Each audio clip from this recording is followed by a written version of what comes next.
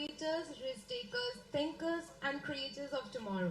Welcome to a day designed to challenge your limits and unlock your potential. I am Mihika Agrawal. And I am Hitika Sadhwani.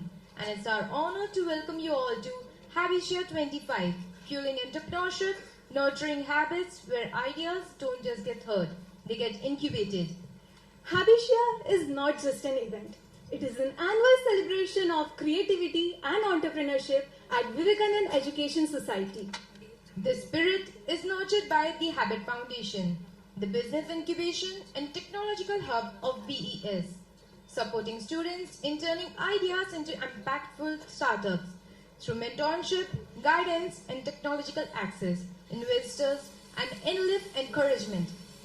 To mark the auspicious beginning of the Habitia 25, now I would like to invite Honorable Chief Guest Mr. Ramanan Ramanathan, Guest of Honor Mr. Ramji Palela, all the Directors of Habit Foundation and the Nodal Officer of Habit Foundation Dr. Jyoti Chandwani ma'am to enlighten the lamp and begin today's journey with Ma Saraswati's blessing.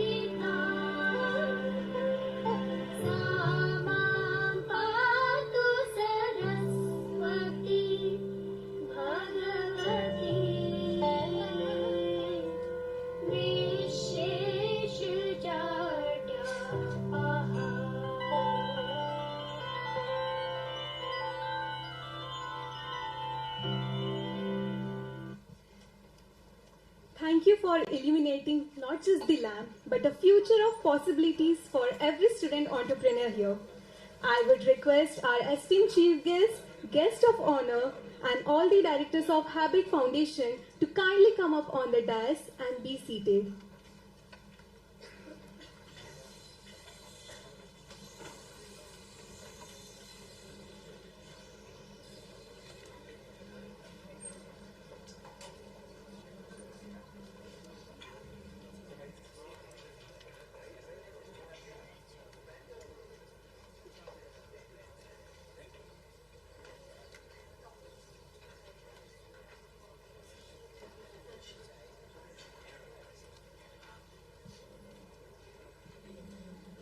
Now, it's my privilege to introduce the Director of Harshu Advani Business Incubation and Technology Foundation, Mr. Vijay Talreja, sir.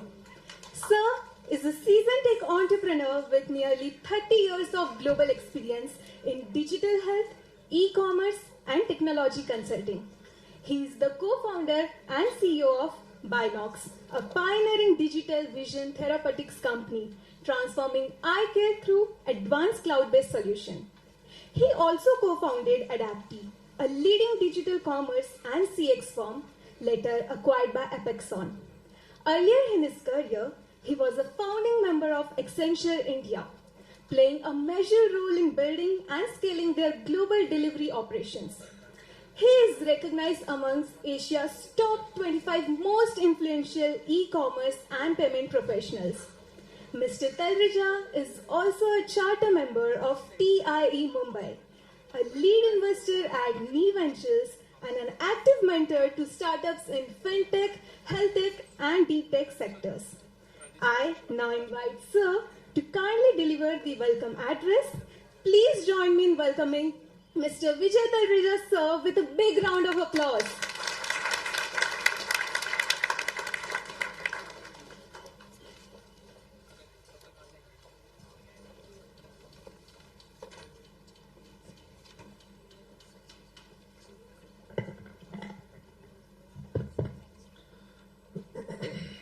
Good morning, everyone.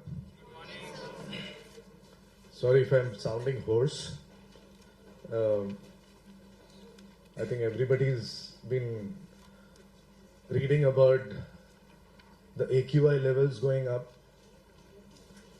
I don't know how many of you got affected, but I got affected with the viral fever. Well, I'll try my best to speak in my normal voice, but friends, Habitia is an event that the Habit Foundation team looks forward to the entire year. It gives me immense pride and joy to welcome you all. Being the flagship event of Habit Foundation. When we did this last year, we were wondering what should be the theme of the event. We were wondering what should be the objective of this event. Because that was the first time we were doing this event. And we thought that let's look at why we should be doing this event, right? And it connects back to why we formed or why we founded Habit Foundation. Clearly, this is a platform for all the young minds here, all the young students here, budding entrepreneurs, startup founders, to really leverage this platform to not only just showcase your skills, showcase your startup, showcase your ideas, but also to take this as a playground for you and make sure that you run your entire ideascape here, showcase your skills, showcase your ideas, and then take back insights, inputs, and a lot of wisdom from the team here to really go back and think that, okay, if you want to start something today or tomorrow, how will you go about doing something in the right way, right? Many of you, when we spoke last year, were very confused about how you should be able to take help of Habit Foundation and Incubation Center. I'm very happy to say since last year, our foundation has grown. We started building our incubation center, so that's now in the final stages of construction. We have been able to enroll 5 incubatees. Some of them are here. And it has taken a lot of effort, by the way. So the 5 incubatees that we have been able to onboard were after screening about 20 of them. So not easy.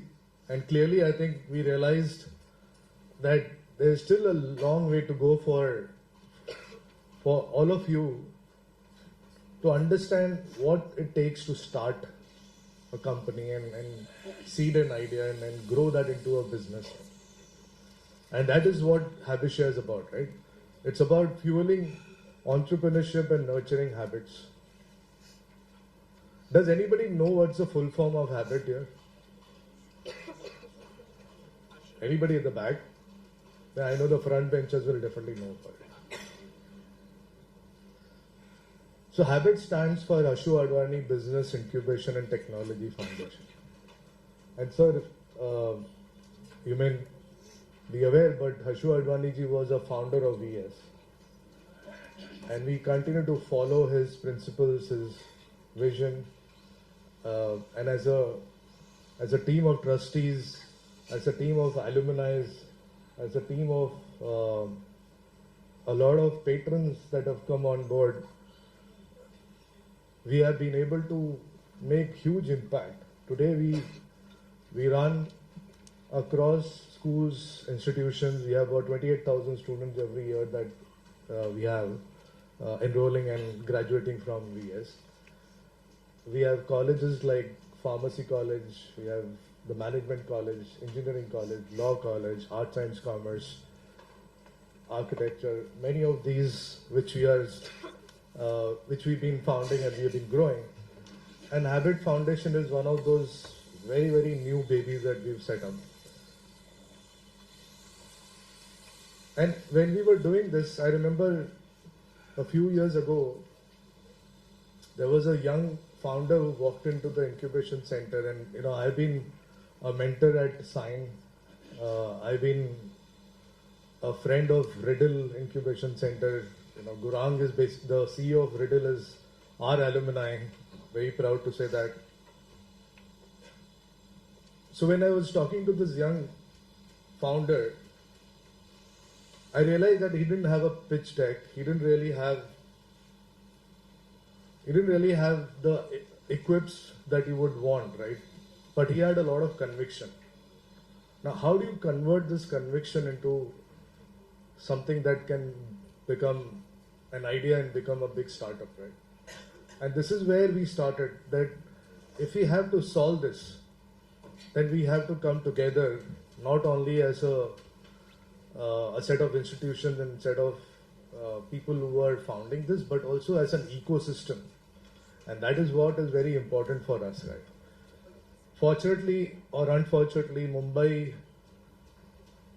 does not have so many incubation centers that are thriving today.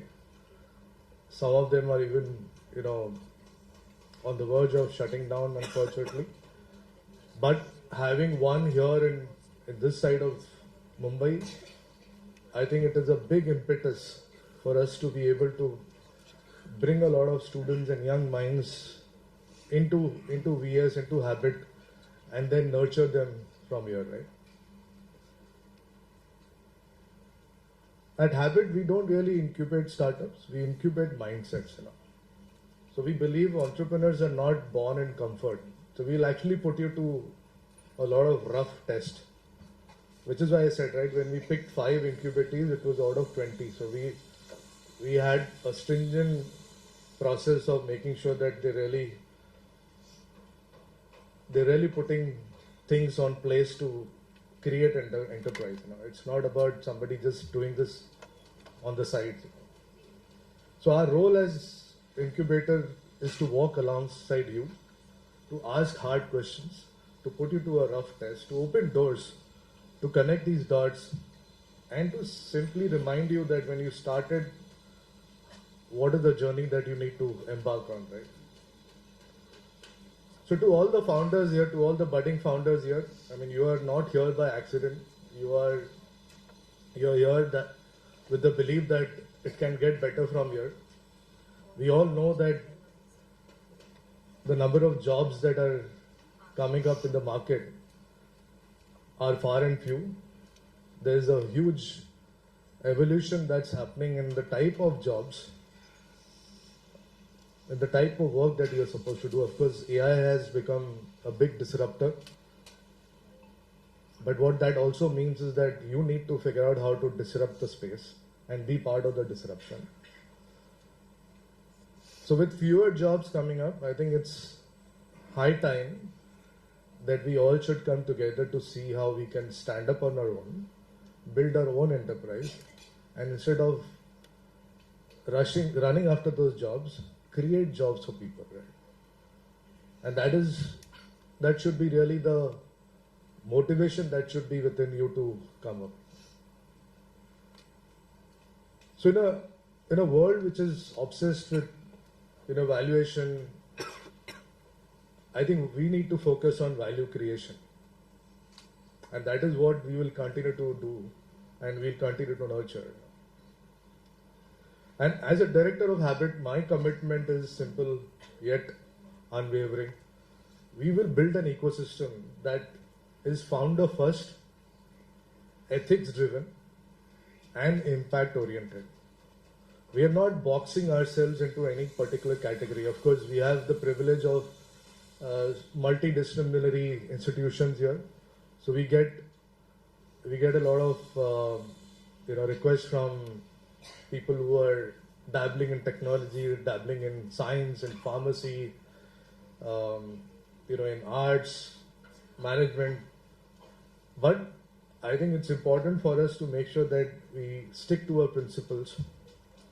So let today be one more beginning of a bold conversation, some courageous experiments and enduring collaborations. Let this event ignite not just startups, but a movement in itself. And that is what we are here for, and that is what Habitia is for. So it's no longer just a platform for bringing people together, but to bring people together and create a movement. And that is what we should be known for, and that is what we should be recognized for. So with that, I welcome all the dignitaries here. Thank you, sir, for coming. Ramanan sir, Ramji sir, all my friends on the dais. It's a great honor to have you here. It's absolutely a pleasure to be part of such an august gathering.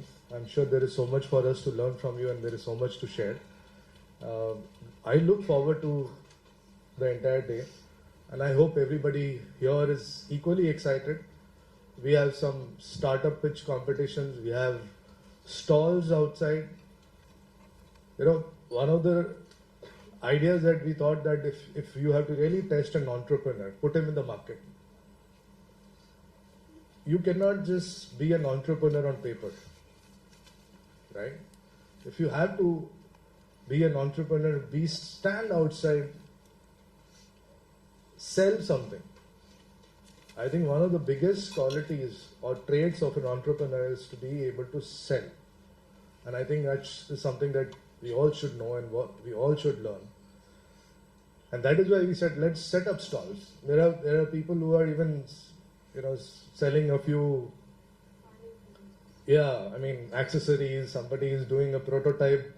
Somebody is also, and we have some stalls of our incubators also. So do walk around. I think it's a nice weather outside, not too sunny. Spend some time. But most important thing, give them the time and attention, but also learn from them. That is very important. And I think next time I will see that. I hope that I can see you creating your own stall here, and you creating your own idea. And you are today the budding entrepreneur that we would like to nurture, invest, and build the next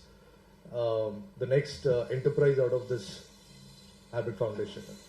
With that, thank you very much for being here and for listening to me. Thank you so much.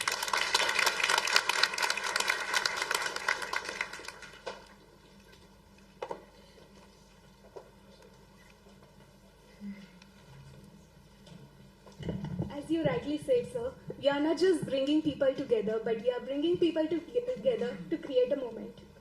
Thank you for your enlightening and guidance. Now, I humbly invite the trustee and treasurer of Habit Foundation, Dr. Prakash Lulla, sir, to kindly say a few words.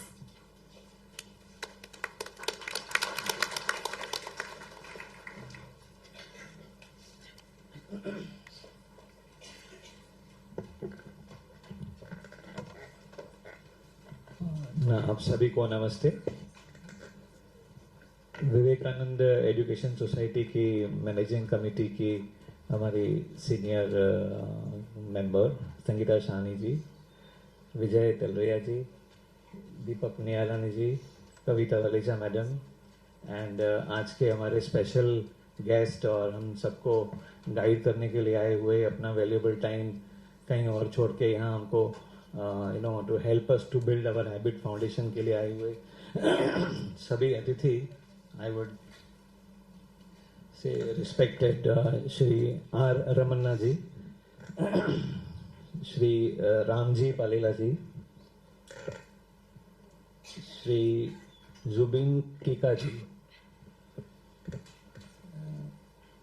Shanti Prakash Motwani sir, and I think Ranjit Shetty ji आ गए हैं, yes, and our own dear Shri Amit Rambia ji, आप सभी का बहुत स्वागत है in Vivekananda education society.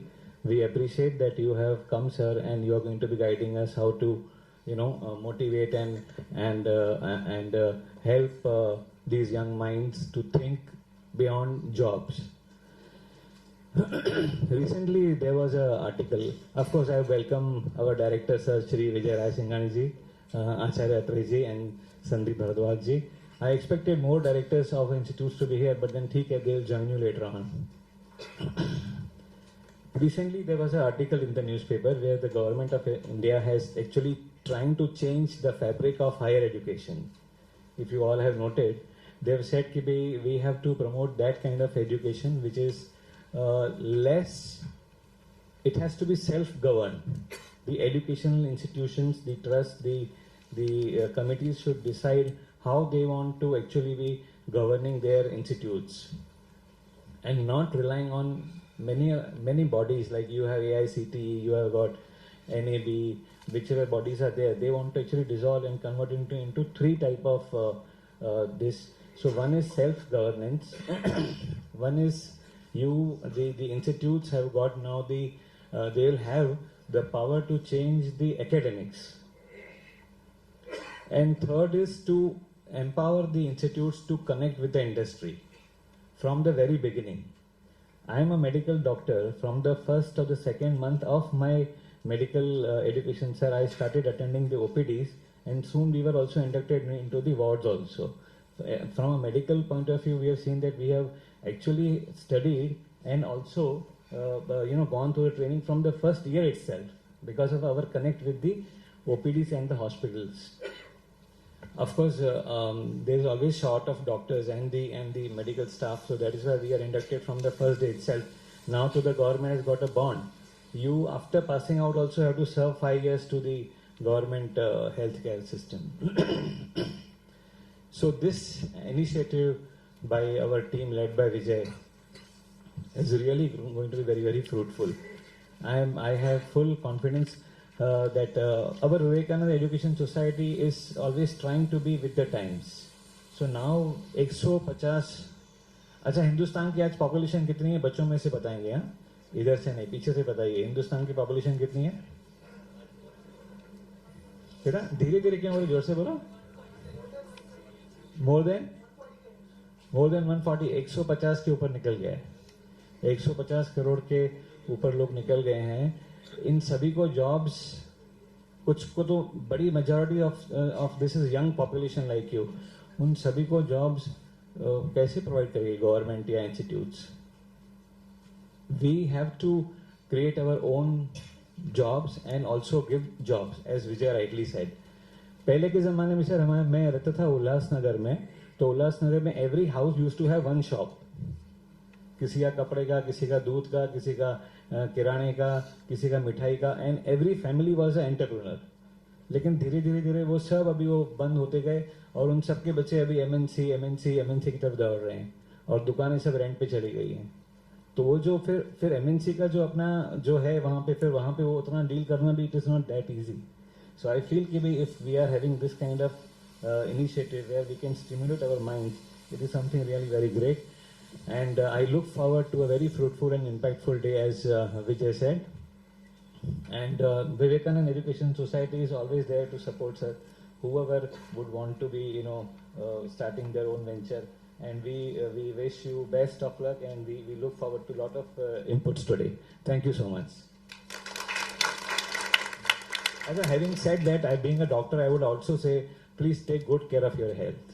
Everybody, huh? Exercise रोज करते हैं? उठाओ हाथ उठाओ, कितने बजे करते हैं? हाथ उठाओ जो करते हैं अच्छी तरह से। सर देखिए बहुत कम लोग हैं, इनको सिखाइए। अगर एंटरप्रेन्योर बनना है तो सबसे पहले हेल्थ का ध्यान देना है। हेल्थ अच्छी रहेगी, हाँ बराबर है। हम नहीं तो अभी अभी बीच में ये आए थे हमारे यहाँ पे, एक मिलिंद सोमन जी आए थे। You all have heard of Milind Soman ji? तो being the treasurer I have to welcome him. तो मैंने कहा सर एक फोटो लूं आपके साथ में, ये क्या बोलते हैं, सेल्फी? तो बोले हाँ ले सकते हैं आप, लेकिन पहले मुझे पुशअप करके दिखाइए 20। रोड पे मेरे से उन्होंने 15 पुशअप में मैं नीचे ही गिर गया। फिर उन्होंने बोला उठो, फिर मैं उठा, बोला फिर से 5 और करो, फिर 5 करवाए और फिर मेरे को सेल्फी दिया। ही 60, नंगे पाँव चलते हैं किलोमीटर्स एंड किलोमीटर्स, 25 किलोमीटर चल सकते हैं नॉन स्टॉप 60 की एज में। आप में से 6 किलोमीटर नॉन स्टॉप कितने लोग चल सकते हैं? चल सकते हैं, चलो अच्छा है, keep it up, all the best.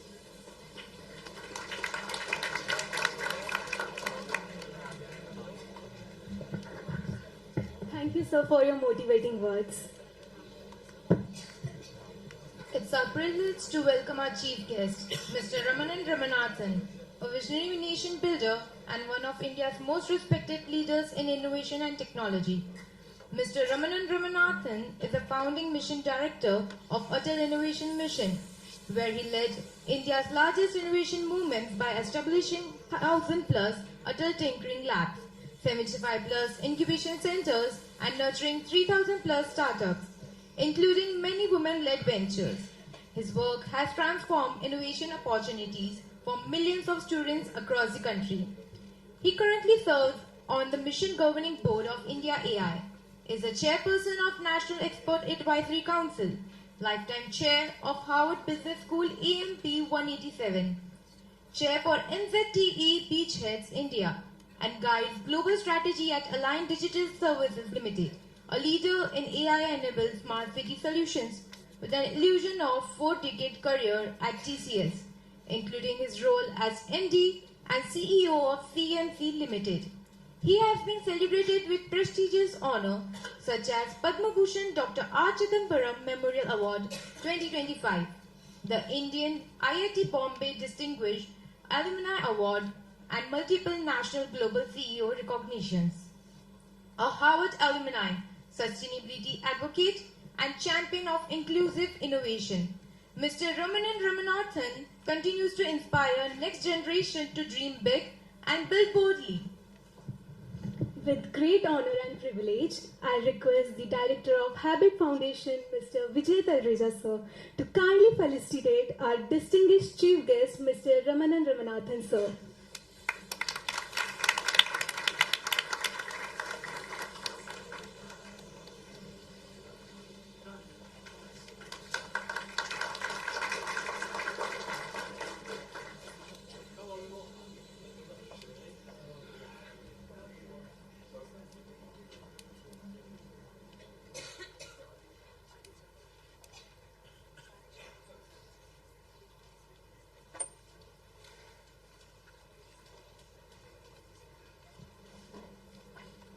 With this, I now invite our esteemed chief guest, Mr. Ramanan Ramanathan sir, to kindly deliver the keynote address. Please join me in welcoming Mr. Ramanan Ramanathan sir with a huge round of applause.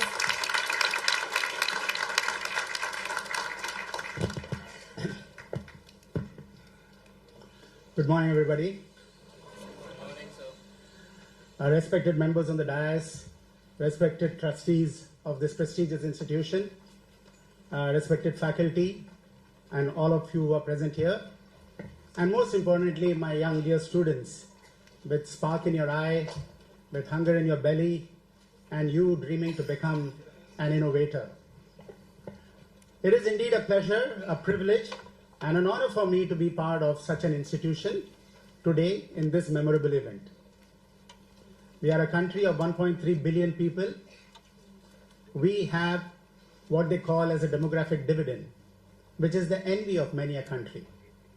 Because we are under 35 years old, youthful energy coursing through this nation, unlike any other nation. And you, my dear friends, all my young students who are out here, you represent that youthful energy.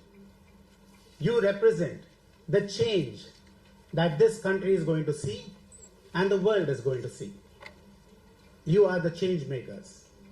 You are the transformers, the architects of a different future than what we are experiencing today. And my dear young friends, that is the platform that is available to you in this country. We are one of the fastest growing economies of the world. We are growing at 6 to 8%, and over the last quarter we grew at 8.2%. You need a fast growing economy, a vibrant economy, to be able to support innovation, to be able to support your startup idea. We're also living in a world where technology is becoming affordable, accessible, available, and advanced. You have 3D printing revolutionizing the way you can conceptualize, design, define, create a product right in front of your eyes in your small kirana store, in your humble classroom, in a tinkering lab that is there in more than 10,000 tinkering labs in this country, in your garage, in your kirana store. You're having cloud services that is enabling you to provide your product, your service to the rest of the world, from Salem to Seattle, from Sikkim to San Francisco, from Mumbai to any other part of the world. And that, my dear friends, is the opportunity that you have. But for this, you need to create a nation of job creators, not just job seekers. If we have 1.3 billion people in this country, it's also important for us to remember that we have more than 650,000 villages. We have 715 districts. We have 8,000 small towns and cities. And we have only 8 tier 1 cities where every one of you flock for improving the quality of your life, for improving the quality of your living. We are all in Mumbai, Chennai, Calcutta, Hyderabad, and so on. But we have 8,000 small towns and cities. Out of this 715 districts that constitute our country, more than 115 are called aspirational districts. And why are they called aspirational districts? Because they are at the bottom of the pyramid in terms of basic access to healthcare, education, clean drinking water, sanitation, waste management, affordable housing, maternal mortality, infant mortality. You, my dear students who are part of this prestigious institutions, you don't experience many of these problems that the others experience. But therein lies your opportunity. Your opportunity to create solutions for problems that have not been solved or problems that are emerging. As Vijayji said just now, we are also in the grip of climate change, of emissions, which is creating problems and the AQI. We are a country of 1 billion people with 1 million challenges. But 1 million challenges, my dear friends, are 1 million opportunities for you to be able to solve, for you to be able to create a solution, for you to become an entrepreneur that will create an impact, not just for society, but for the rest of the world. And so, Habit Foundation, which has been formed for this purpose, for being able to provide you a platform to dare to dream and dream to dare. This is a platform where you begin your journey with an idea, looking at the problems in the world around you, looking at problems that have not been solved, looking at problems that have been solved suboptimally. And you say, hey, I have an idea, and can I apply this idea to solve this problem? So it begins with a problem-seeking, curious mindset. And then it transforms into an idea which, through the knowledge that you acquire and through the ecosystem that is being built around you through this incubator and hundreds of incubators across the country, that you are now able to convert that idea and imagination into an innovation. You first create a prototype of an innovation, and then you perfect it based on feedback that you receive from the potential users of that innovation. You then convert that prototype into a product that can be launched into the market. You then market that product, but then you need to find customers. You need to have a business plan. You need to be able to know how to go about selling this product, as Vijay said, to the rest of the world? How do you sell your idea to the rest of the world? And then you launch this product. And when you launch this product, you are now trying to see how to scale this product and how to create a company that expands its horizon of customers, expands its horizon of operation. You create a multinational company, you create a unicorn, you are into business. That, my dear friends, is your opportunity. That, my dear young students, requires extraordinary belief in yourself. You are in front of this beautiful picture of Vivekananda, who said, if you believe in 1,000 gods and goddesses, but do not have belief in yourself, you are doomed. So the first step in an innovator's journey is have extraordinary belief in yourself. As the great Abdul Kalam said, and he came from this small, humble town of Rameshwaram, a town more known for its temples than for its universities, known more for its fishing boats than for its factories. And from this humble town came a young boy who ran with the passenger trains to sell newspapers to make a living, and sat on a fishing boat and dreamt about becoming a pilot. He dared to dream. He dreamed to dare. He didn't become a pilot, but he became one of the greatest scientists India has ever seen. He became the missile scientist of India. He rose on to become the president of this country. He says in his book, Ignite, dream big and you'll achieve great things. Dream small and you will be limited by your own dreams. So I ask you today, are you dreaming big? Are you dreaming that you can become an innovator? Are you dreaming that can you become a job creator rather than just a job seeker? Because remember that this 151.5 billion people who are riding upon the hope that you will be creating the jobs of the future. And you come from a very prestigious institute, from the commercial capital of India, Mumbai. Imagine you are not in Rameshwaram, but if a person from Rameshwaram could dream that and achieve it, so can you. India has never lacked for great innovators, great thinkers, great engineers, great scientists, great doctors, or great philosophers. You have a Satya Nadella heading Microsoft, a Sundar Pichai heading Google, an Arvind Krishna heading IBM, a Parag who used to head Twitter. Several Indians are the deans of the most prestigious universities across the world, including the Harvard Business School, Cambridge, and so on. So we are second to none. But somewhere in our educational system, which has so far focused on rote learning, no problem, it has yielded good results. But today, we need a problem-solving, innovative mindset, an entrepreneurial mindset, a mindset that dares to think of solutions that the world needs and every one of you need. And that is where the incubator plays an important role. An incubator, like Habit, there are 900 incubators in India today. There are over 190,000 startups. There are over 140 unicorns.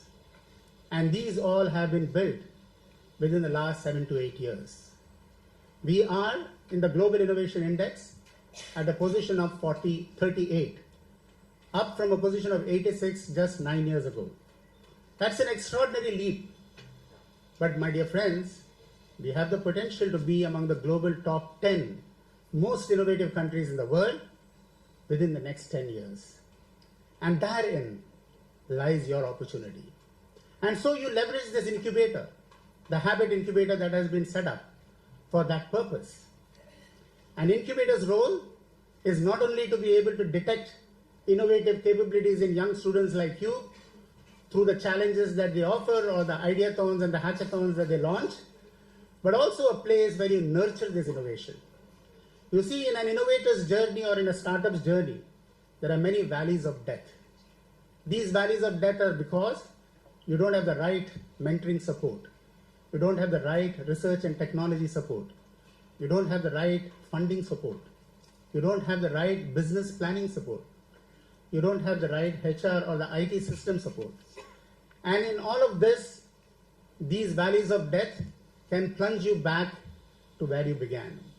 And that is why an incubator plays a very important role. They try to ensure that you do not fall into this valley of death. But as a startup, what is your role? Your role is, can you find a solution, a unique solution, a scalable solution, a sustainable solution for a problem that you see in and around the community? You see, my dear friends, if you just look around, you'll be able to come up with an innovation. We have launched 10,000 tinkering labs in schools so that students from grade 6 to grade 12 are now able to create prototype of innovations using 3D printing, robotics, IoT, miniaturized electronics, augmented reality, virtual reality, do-it-yourself kits. And you know what the impact has been? 6 million young students younger than you today are innovating and creating prototypes of solutions using these technologies. There is a girls' school in Salem, in Thoothukudi, which has created an IoT-based, solar panel-based irrigation management system. And how lovely is that? 8-year-old students, girl students, creating an innovation, solar panel IoT-based irrigation management system, which is actually being used today by the farmers in that locality, because the farms there are deprived of electricity. They are deprived of water often. And you need to have precision agriculture. You need to ensure sensor-based technologies to be able to give the right amount of water at the right time and not waste it. You need energy to be generated by solar or other mechanisms, renewable energy mechanisms. And that is what is happening. So when they can innovate, my dear students, you can innovate. You are all born innovators. How many of you believe you are born innovators? Can you raise your hand? Yes. I'm very happy that so many have raised. Because when you were born, nobody taught you to walk. You were a small baby. Nobody could even communicate with you. You saw the world around you. You said, everybody is walking. Let me also walk. You stood, you fell down. You stood up again, you fell down again. But what did you do every time you stood up? You innovated. You innovated and soon started walking. You started running. Nobody could teach you how to talk. You are a small baby. They couldn't understand your language. You couldn't understand their language. Some gurgling sounds came out. You saw how our lips moving. You saw sounds and patterns of sounds coming out. You started moving your lips in that manner. You started modulating your voice cords in that manner. And soon you were able to talk. Soon you were able to sing. And so, my dear friends, innovation is your native capability. If you think innovation is in the realm of genius, nothing is further away from the truth. And I therefore encourage you to bring back that inner capability, that creativity, that talent, that spark that you have inside you to become an innovator, to become a startup creator. And you do have today one of the fastest growing startup ecosystems in the world in India. And if you don't plunge into this opportunity, with AI enabling you to reimagine the world in different ways, reimagine everything that you see, reimagine this hall that you see. As I speak, you could potentially have slides coming out reflecting what I am speaking in a more contextual manner. That is the power of AI. And that is what every one of you can do to reimagine this world that we live in. The great Steve Jobs said, we all should leave a ding in the universe. So may I encourage every one of you to leave a ding in the universe by your presence, by your innovation, by your creation. You can, and you should, and you will. Yes, I can, said Barack Obama, and he became the first black president of the United States. Yes, I can, should every one of you say, and you'll become one of the greatest innovators of all times. That's the belief that you need. And as the great Swami Vivekananda said, arise, awake, and stop not till your goals are reached. May I request every one of you in this audience, arise to the challenges, but more importantly, the opportunities that lend themselves for your solution. Awaken that latent talent, that creativity that has always been within you, and that you have not allowed to express. And stop not till your personal goals, till the society's goals, till the national goals and the United Nations Sustainable Development Goals are reached. All the very best, and thank you for giving me an opportunity to be part of this occasion.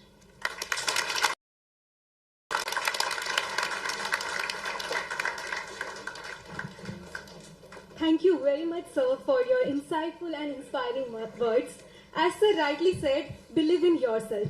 Your guidance and vision truly motivate us to dream big and work towards building a better future.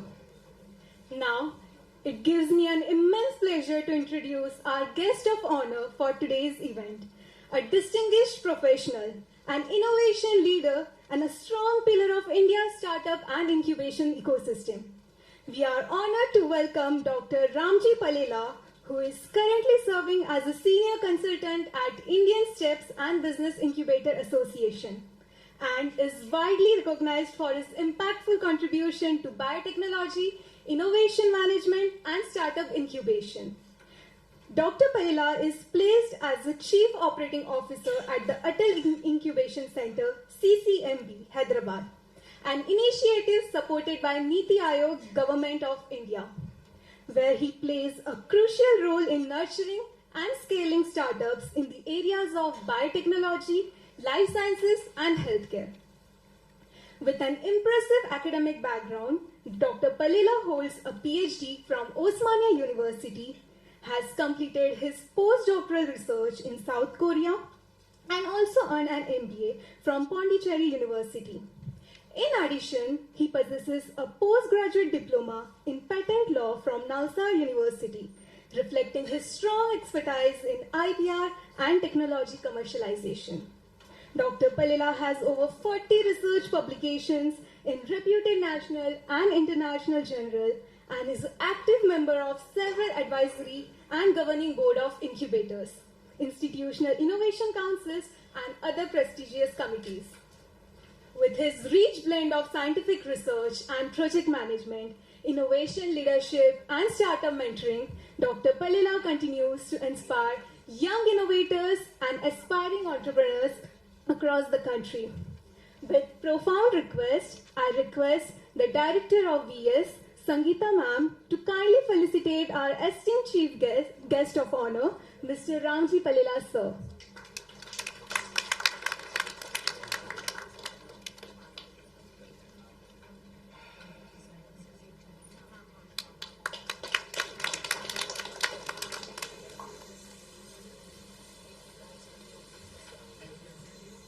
We are truly privileged to have him with us today. With this, I now invite our distinguished guest of honor to kindly deliver keynote address.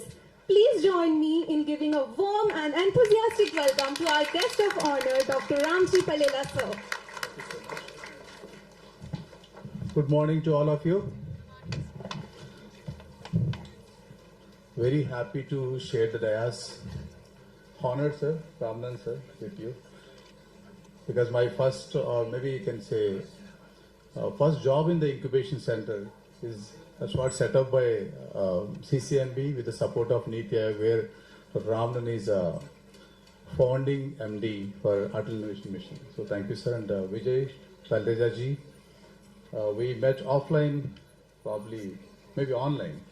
In LinkedIn, we connected, and amazing expertise that you are spearheading this center. And Sangeeta ji, Anita ji, and of course, Dr. Prakash. With your words, probably I can take up. I sacrificed my badminton today morning at 5:30 to 6:30. I came here. So that's my first thing to do. My biological alarm, 4:45 a.m. in the morning. I kept my alarm at 5 a.m., but I get up 10-15 minutes before to be on the courts. That's what I think you are mentioning about, one activity in your life is very important. So thank you very much. So if I miss the badminton, something more energizing, more inspiring is talking to the students. As Vijay sir mentioned rightly, we're not here just by accident. We are here for a purpose.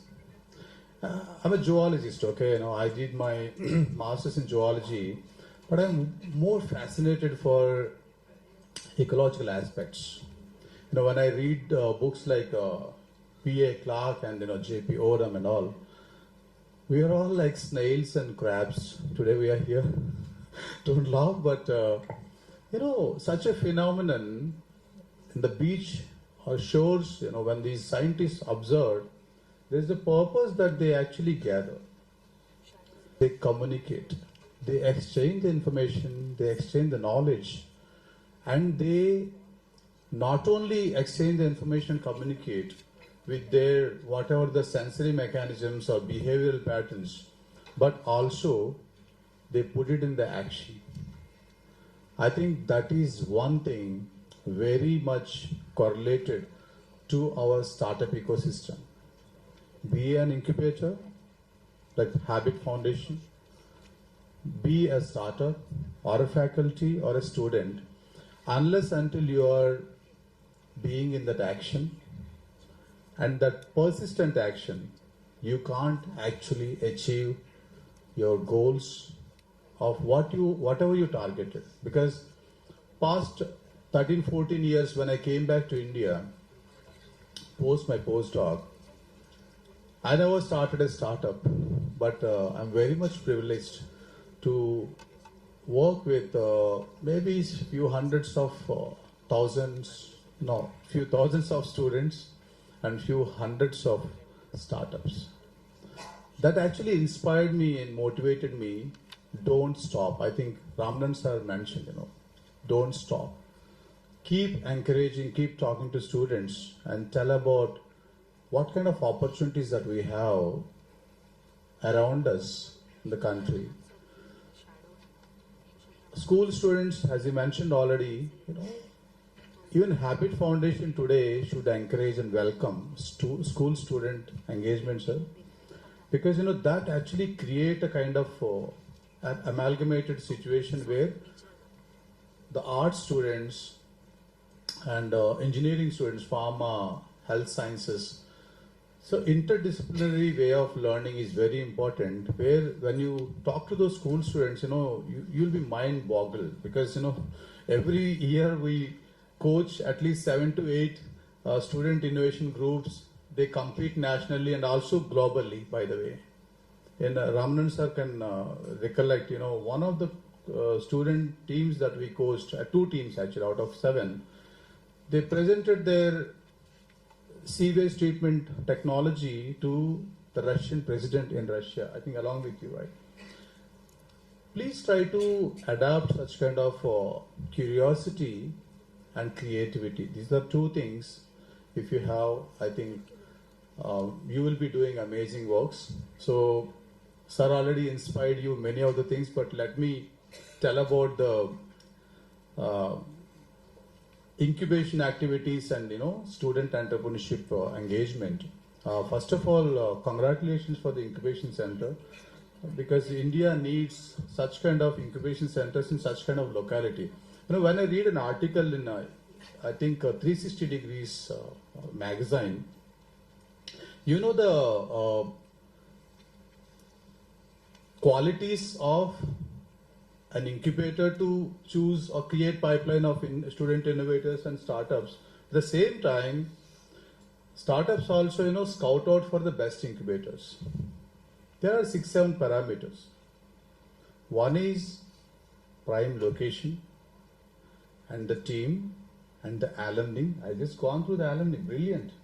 They're all having Vijayji himself is a kind of investor background and working with the corporates. And also other trustees have different backgrounds as well. How much time that you spend with the innovators, and also the infra, of course, India is well equipped, but unfortunately we are not well connected to use that infra at the best. And also mentor pool, large mentor pool that we should be having. I think your alumni themselves can actually be part of this to guide these student innovators and faculty who can work for different problems that are around us.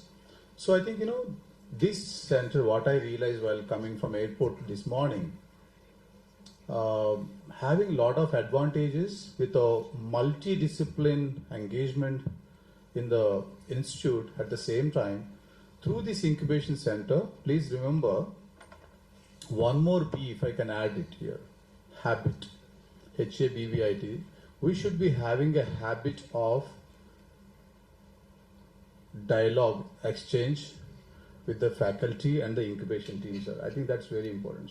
What I missed in maybe hundreds of IICs that I visited, colleges and universities, there is no idea box kind of thing, anonymously, or every month you do some activity, not for the purpose of getting the accreditations.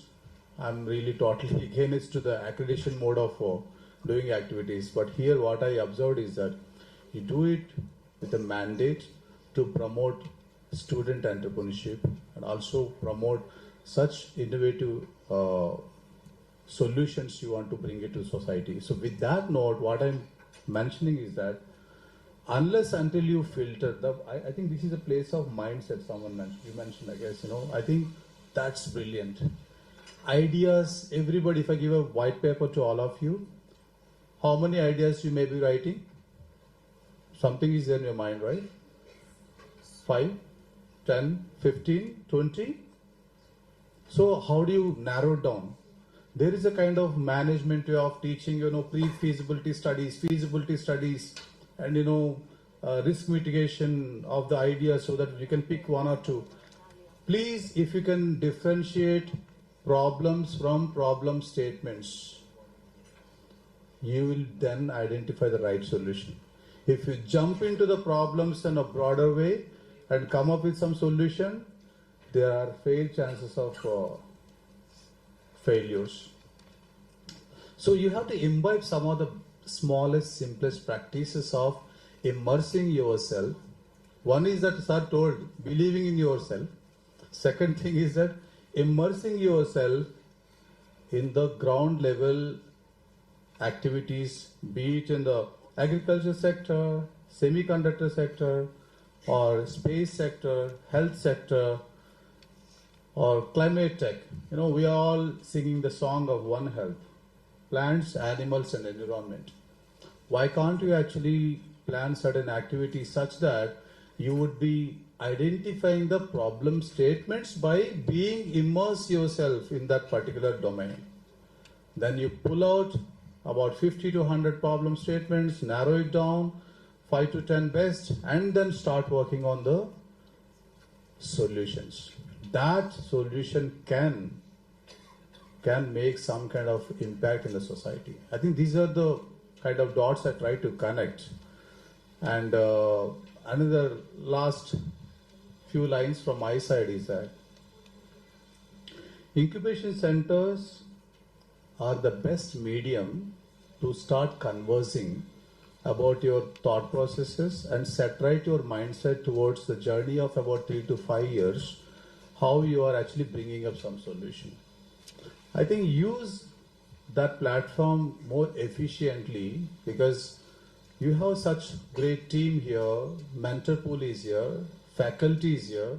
Why can't you actually make teams, good teams? So what we look in India, what's missing is good teams. That's it.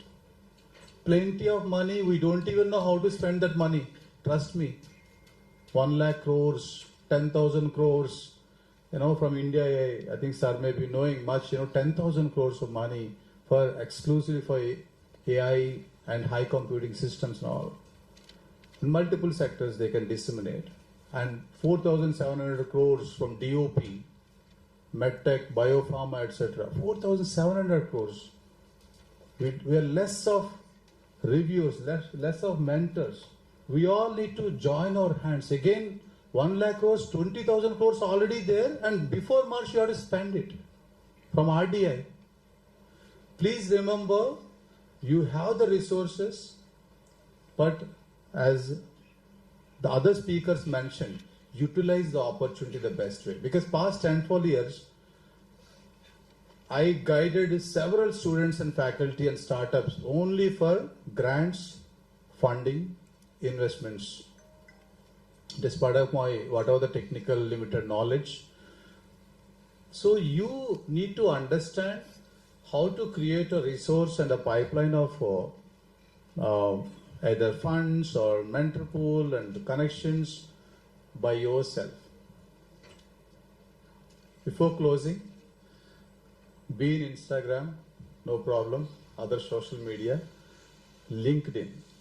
That's my knowledge resource, highest knowledge. When I wake up, 5 minutes I spend in LinkedIn. Vijayji, actually, I kind of, we connected there itself. I came to know that, what's happening around, what kind of technologies, what's happening in the incubation ecosystem, how students are bringing brilliant solutions, what are the opportunities for students themselves, because I disseminate to about a dozen of groups immediately by pulling up some information. I think, if you learn that, HDFC, I think, thank you for ISBACon, for example, there's a recent incubator conclave. Bankers and other PSUs are giving a lot of money as well and other platforms of support. So I can thank you 50 lakhs that you gave for a capacity building program for training young managers.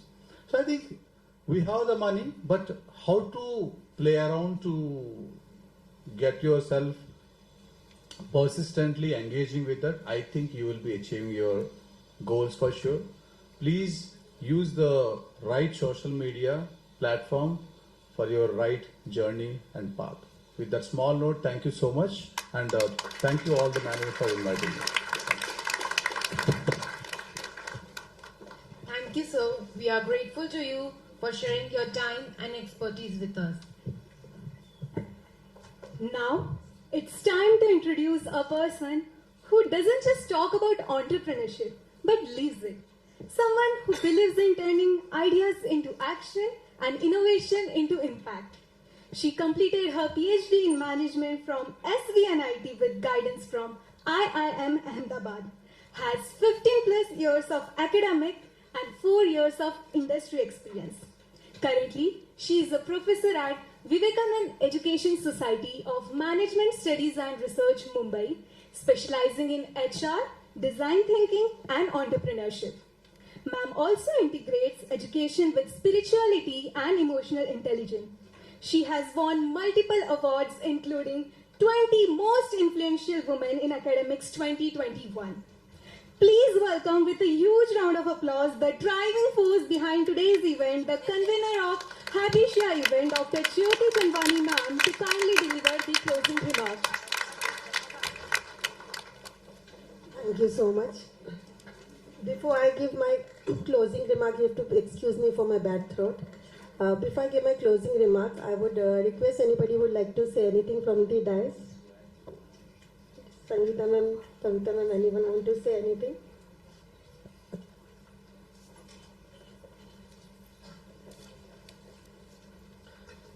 I know Ramana sir wants to leave, but if you can wait for some more time, sir, if that's fine. Or you'd like to leave now, whatever. Okay. Okay, we'll just take one picture with you and then we'll leave. No problem, sir. Yeah, I think very nicely introduced Jyoti, but I wanted to also take this opportunity to thank Jyoti, Pooja, and the entire team that has put this show together. I know when Kavita and I were discussing this again a couple of months back, it seemed like a Herculean task because we were trying to make this bigger and bigger every year, and clearly there were a lot of nervous energies. There was a lot of responsibilities, primary responsibilities that they have, and this was their secondary responsibility. So you can imagine that doing this in your spare time and creating such a big event, I would really express my gratitude to both of you and to your entire team here for doing this so well. A big round of applause for that. Sorry, I just jumped in now because I don't know if I'll get a chance to thank them for this, but clearly I think more than us, more than the management team, more than the team here, I think students, you should be very thankful to them who are bringing these kind of events to you. Absolutely. And providing you a platform to really open up your minds and develop your ideas and nurture your startups here. So thank you both of you again. Over to you. Thank you so much, sir, for that kind one. It does mean a lot. Respected trustees, Honorable Chief Guest Mr. Ramanan, distinguished guest of honor Mr. Ramji Palela, respected principals and directors, esteemed mentors, faculty members, incubatees, students and dear colleagues.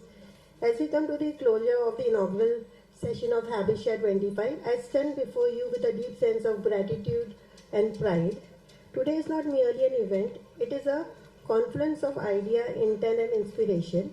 Habitia has been a reflection of a belief that entrepreneurship is not an outcome, it is a culture, one that must be patiently nurtured within the academic ecosystem. We are deeply honored by the presence of a chief guest, Mr. Ramanan.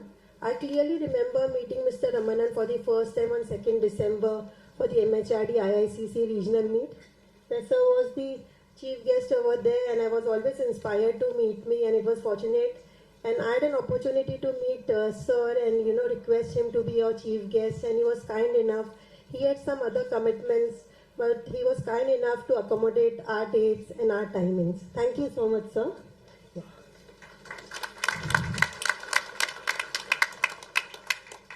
So thank you for your extraordinary journey of nation building through innovation. Reminds us that scale with purpose is what truly creates impact.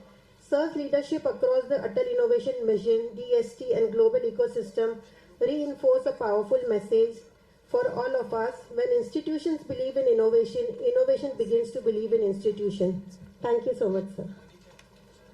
I extend my sincere thanks to our guest of honor. Yes, and I met Mr. Ramanan sir for last week. I had gone to ISBA IIT Guwahati, where I was fortunate to meet Mr. Ramanan sir again. So in the same ISBA IIT Guwahati, where I met Dr. Ramji Palela, the day one when I saw his profile, I was really fascinated by his profile, and I took an opportunity to again invite him on this podium. Again, sir had some other commitment and he was kind enough to accommodate. He had some personal commitment. He has to request his wife and do all those arrangements. And on a very short notice, was said yes to come and fly, especially from Hyderabad, and come to Mumbai. Thank you so much, sir. Sir, your today insights were both pragmatic and future-facing. Your emphasis is on sustainability, relevance, and ecosystem has given us a clear compass for road ahead.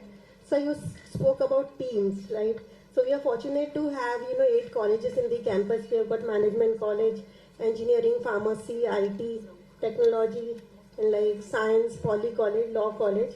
So we do that teamwork. So whatever students, we have got 5 incubatees. So whatever type of support the incubatees need, all the principals are also here. So they are kind enough to lend us the support over there. Yeah. A special word of appreciation to our 5 incubatees. They are also present over here, who are true heroes of Habitia 25. You represent courage, the courage to question, to experiment, and to build. I would also like to acknowledge our trustees, principals, director, faculty members, and the institutional leaders whose unwavering support makes platform like Habitia possible. Entrepreneurship within academic does not grow overnight. It grows with vision. When vision meets patience and policy meet passion. As the nodal officer of Habit Foundation, I reaffirm my commitment to building an incubation system that is inclusive, sustainable, and nationally relevant, aligned with India's innovation aspiration and deep-rooted in academic excellence. Thank you so much.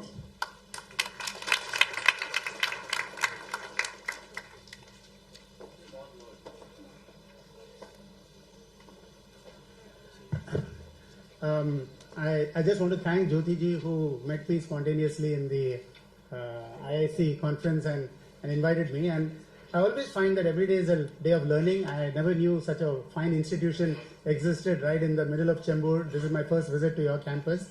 And I want to compliment all the activities and initiatives that are happening. Before I leave, unfortunately I have to leave. I have a meeting in Pune, and I have to travel about 4 hours, and I hope I'll be on time. But I want to ask one question, and I would like to see the response. How many of you in this audience are going to commit to become an entrepreneur of the future? There are still a few people who have not raised their hands, so I'm going to ask this question once more. Okay, how many of you in this audience is going to commit to become an entrepreneur, not necessarily tomorrow, but an entrepreneur of the future? Great.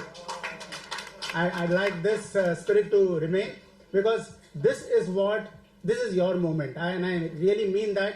I wish I was in your place today. When I graduated from IIT Bombay, they didn't talk about innovation. There was no startup. There was no incubation. Nobody talked about becoming a job creator.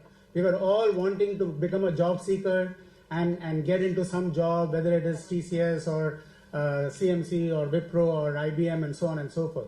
But today, you have the opportunity to create the next TCS. So don't think it is not possible. Think it is possible and make it happen. Thank you so much.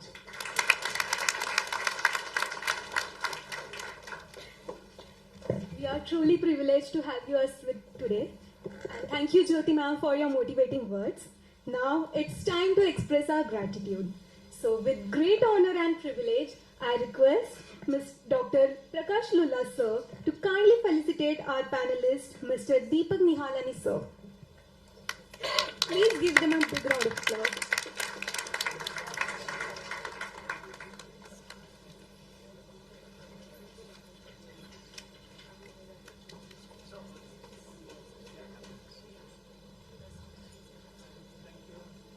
Thank you, sir.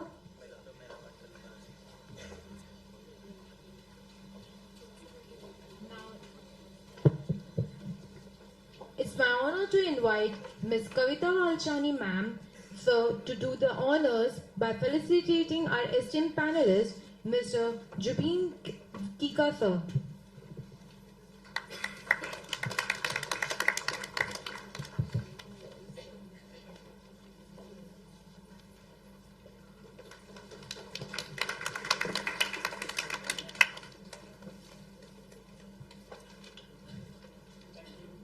Thank you, sir. Thank you, ma'am.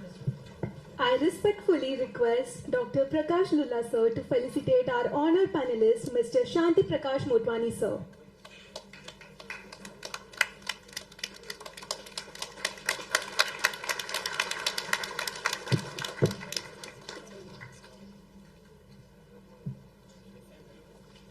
Thank you, sir. I now request Ms. Sangeeta Shahani to kindly come forward and felicitate our esteemed panelist, Mr. Ranjit Shetty sir.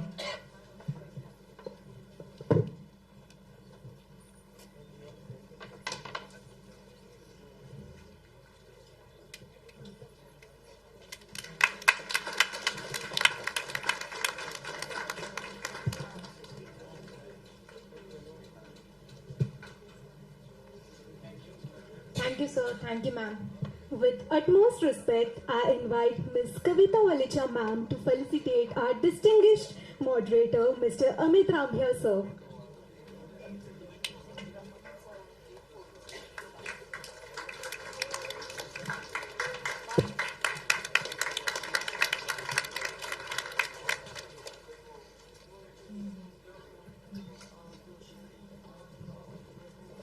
The world is built by those who begin.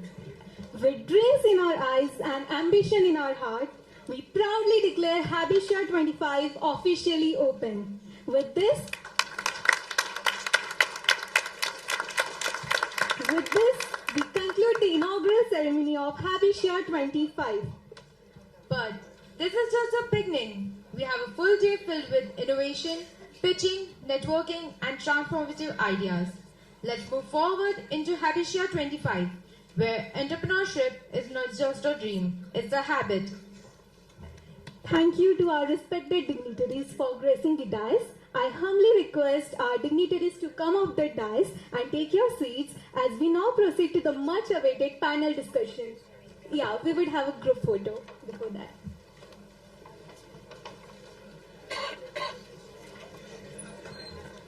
I would request everyone to come for a group photo.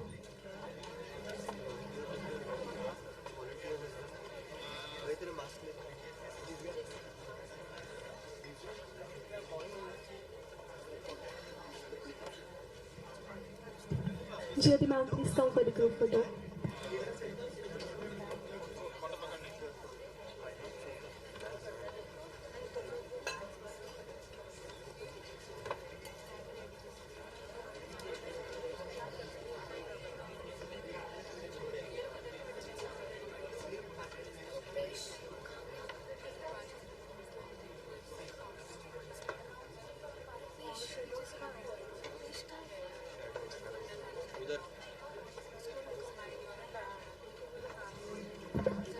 Participants, please do not leave the auditorium.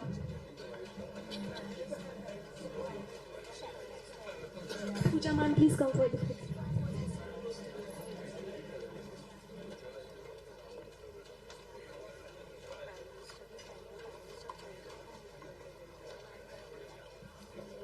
Everyone, please be seated at your respected seat. Please do not leave the auditorium.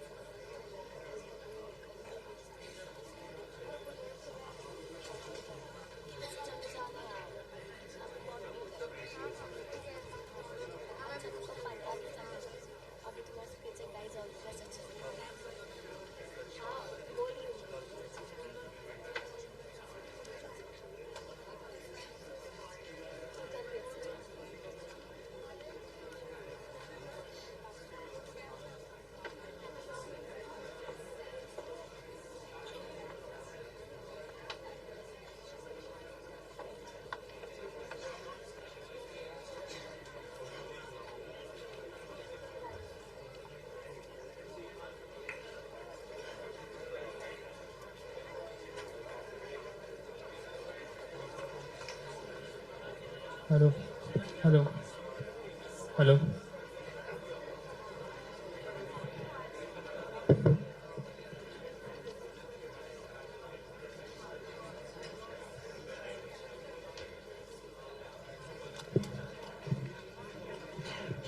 Hello. I'm sorry to be speaking out of turn, but sir,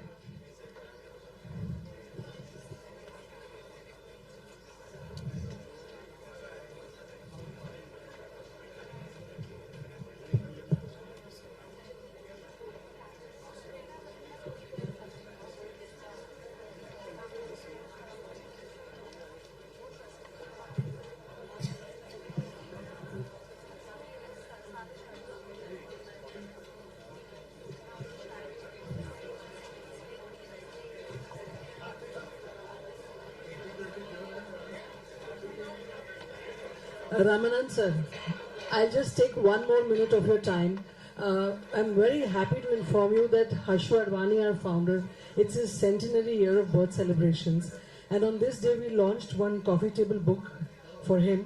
And I would request Prakash Lula sir to kindly present this table book to you, because it is a journey of a gentleman who dreamed big. Like this forum is for everybody to dream big. This gentleman, Harshuji Advani, a simple man who dreamed big and wants to help everybody come up in society. And this book is our small tribute to him. And I'm very, very happy to present this to you, sir. And I'm sure all our panelists will also get it in their bags. But since he's rushing, I thought we'll do it to him. Everybody is getting it. Sir is just going early, so we thought we'll just give it to him. Thank you very much, sir. Thank you, Len.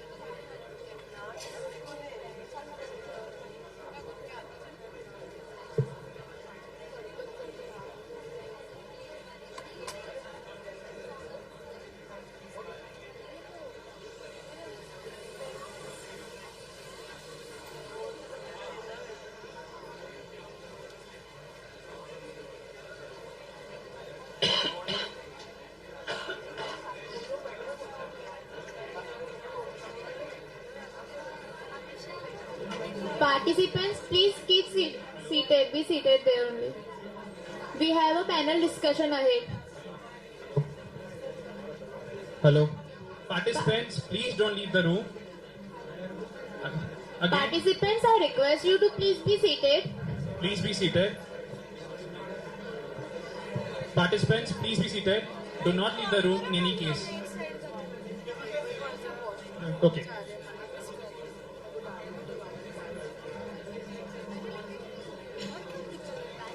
Hello.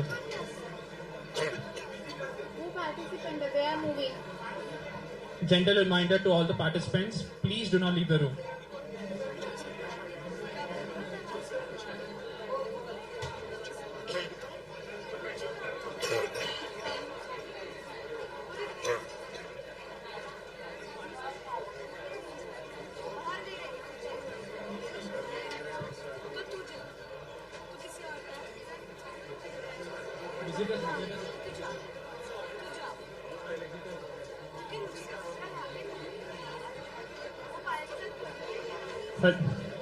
Participants, please don't leave.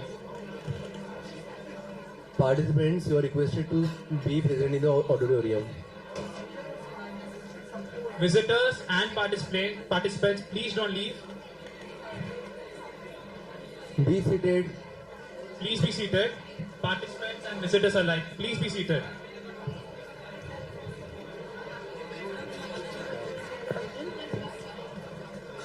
Maintain the decorum of the auditorium. Please Guys, be please seated. take your seats.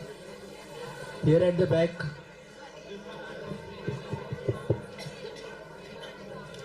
Mika.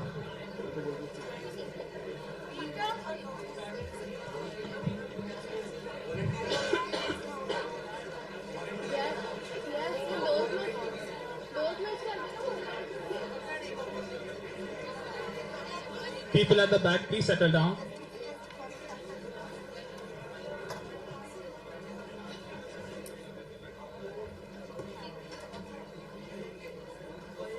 Please organize yourself as quickly as possible.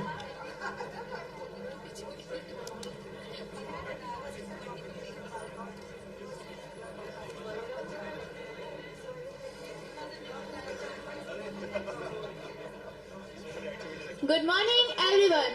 I am Amisha Tekwani, I am Augusta Bijur. your host for this PowerPack session. Today, we are stepping into space where ideas meet experiences and where stories meet learning and where inspiration meets action. Ladies and gentlemen, now moving towards one of the most exciting parts of Habitia 25. It's time for BTS, Behind the Startup Talks, where industry leaders and founders share something that textbooks don't teach, what social media never shows, and what only experience creates. This is where you'll hear the ideas, the failures, the struggles, and the milestones. Today, we have an incredible lineup of leaders who don't just talk about changes they created. To begin, guys, Please be maintain quiet. the decorum of the auditorium. Please, guys. To begin our panel, we have someone who has been shaping digital transformation long before it became a buzzword.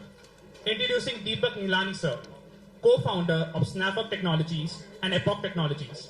Over the years, he has built and scaled digital systems for enterprises across sectors, working on modern cloud systems, smart digital platforms, and major upgrades across industries. He is known for simplifying complex tech problems and helping teams build strong, practical solutions. Please join me welcoming Deepak Nilani sir. Deepak sir is not here. He'll join us later.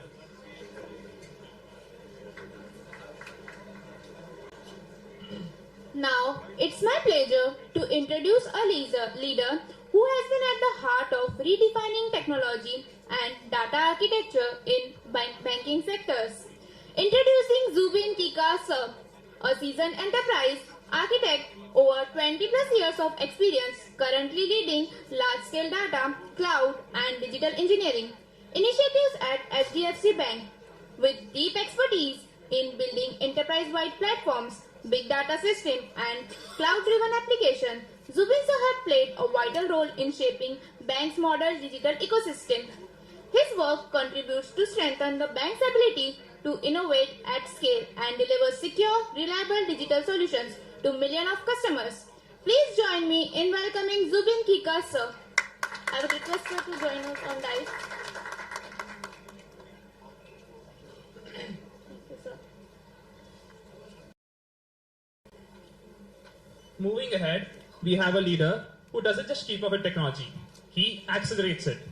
Introducing Shanti Prakash Motwani sir, a visionary with over 20 years of experience in driving data, AI, and cloud transformation across global enterprises. I'll continue with my introduction. During his time as Managing Director at Accenture Technology, his impact extended beyond India, working closely with teams and clients in the United States as well.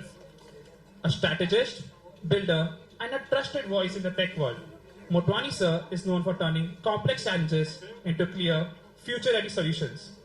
Please join me in welcoming Shanti Prakash Motwani sir. Thank you, sir. Up next, we have someone whose journey brings along global deep tech innovation, startup growth, and strategic venture investment. Introducing Ranjit Shetty sir, venture partner at Earnest Venture Capital and Technologies, investor with extensive experience across deep tech landscape in both India and United States.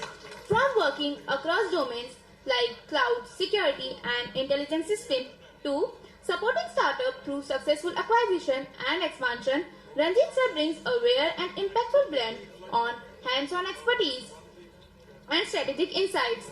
His global perspective and deep tech understanding makes him a strong voice in shaping India's innovation ecosystem. Please join me in welcoming Ranjit Shetty sir. Thank you, sir. And now, our final panelist. He is a visionary whose work has played a defining role in India's electronics and innovation landscape. Introducing Amit Rambia sir, Chairman and Managing Director of Panache DigiLife Limited, known for anticipating emerging trends, driving major technological advances, and transforming bold ideas into industry-shaping products. His commitment to research, innovation, has resulted in solutions that change traditional industries. Under his leadership, Panache has expanded to over 50 countries and received honors from Intel, CRN, and several major industry bodies. Amit sir's journey reflects clear vision, constant innovation, and the drive to turn bold ideas into reality. Please join me in welcoming Amit Rambia sir.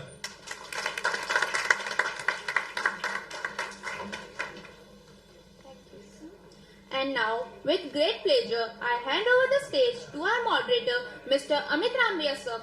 Sir, we are excited to hear the stories, experiences, and wisdom this panel is about to share. Ladies and gentlemen, sit back, listen closely, and get ready because one insight today might just change your tomorrow. A small announcement before we begin. After the panel discussion is done, we have a Q&A session with the audience. And the 4 best questions from the audience will be rewarded with certificates. We are looking forward to your amazing questions. Thank you. The stage is all yours, sir. I think we are missing one panelist, but I... So till when they come, I would say it's good to be coming again on the Habit platform this year. Again, what I could see is definitely there is an energy, and there is from the last Habit what we did last year and to Habitia event which we did this year now. I think I can see a lot of energy, and I was very happy to see that many of you have raised a hand to become the future entrepreneurs. I think that's something which is very exciting, to me, and gives me a good base to start, this discussion. I think that's something which is, coming up. I think the panelists may join soon, but I think let's quickly, for the benefit of, I would say, I think we had a good introduction which is coming up. Gentlemen out here are here. When I look at them, they're great entrepreneurs. Plus, they have done startups inside large enterprises, I can say so. And I would say they've led transformations, in this journey over, I think, 3 decades. When you look at 3 decades, it is like starting from where internet started, I would say, right, in 1995. Okay, so that's where the internet started. Okay, and so that's where I would say the journey. So that's where these people all started innovating, I would say looking at the curve to when it came to connected world and things like that. So now you can see in IoT and smart devices, and now you can see AI. So you've seen a lot of transformation, definitely. I would like to probably ask Ranjit out here, because I think he has been the alumni also of the college, which is engineering college out here. How do you see yourself? How was your start? What ignited you that idea? What did make you that motivate that I should get into a startup mode? From a student, right? So you were a student and then you got into this. So what was that came into you saying, oh, I want to now do it? Because my audience here is looking at that feedback, that what is that kick, what is that spark. I need to ignite a spark out of you, and you can give back to them and see how can we get some Ranjit out itself, right? So over to you, Ranjit. Thank you. Thank you so much, Amit. So I graduated from here in 95. So Vijay is actually my classmate, right? And I did computer science. I actually did get into Jamnalal Bajaj. I was the topper to get in, but I did not go for the MBA. I went abroad for my master's in computer science, right? So I was very clear that I did want to go down the technology road. And I always had a passion. Vivekanand is a great place, very smart people around, so you can share ideas, right? The 3 things that I have learned now, which I didn't know then, are, I think, being curious, right, is very, very important. And challenging the status quo, that's also very important. And, you have to basically chart your own path. If there is something you want, you should not let somebody tell you don't do it, right? So luckily, I had the support from Vivekanand and at home to keep asking difficult questions, right? And that is a part of what made me go more and more into tech. But at some point, I realized that innovator and entrepreneur are 2 different roles. They are symbiotic, but they're 2 different roles. So you need a CTO as an innovator, let's say. You need a CEO as an entrepreneur, and the 2 together come together. Could be in the same person. And that's when I started my journey of startups and investment. So it's been a journey. What is your spark moment? I can ask in Hindi also. कि आपको किसने जगाया कि भाई अभी ये करना है, मतलब I want to be an entrepreneur. I think the internet is one of the things, right? Like today you have Gen AI, which is a library, so to speak, that can pull the best results for you. 30 years back, right, I used to sit in the library and Gargill madam would shh, no talking, okay, right? Okay. So to have the internet at your fingertips and to be able to talk to people across the globe and That's learn. a spark moment?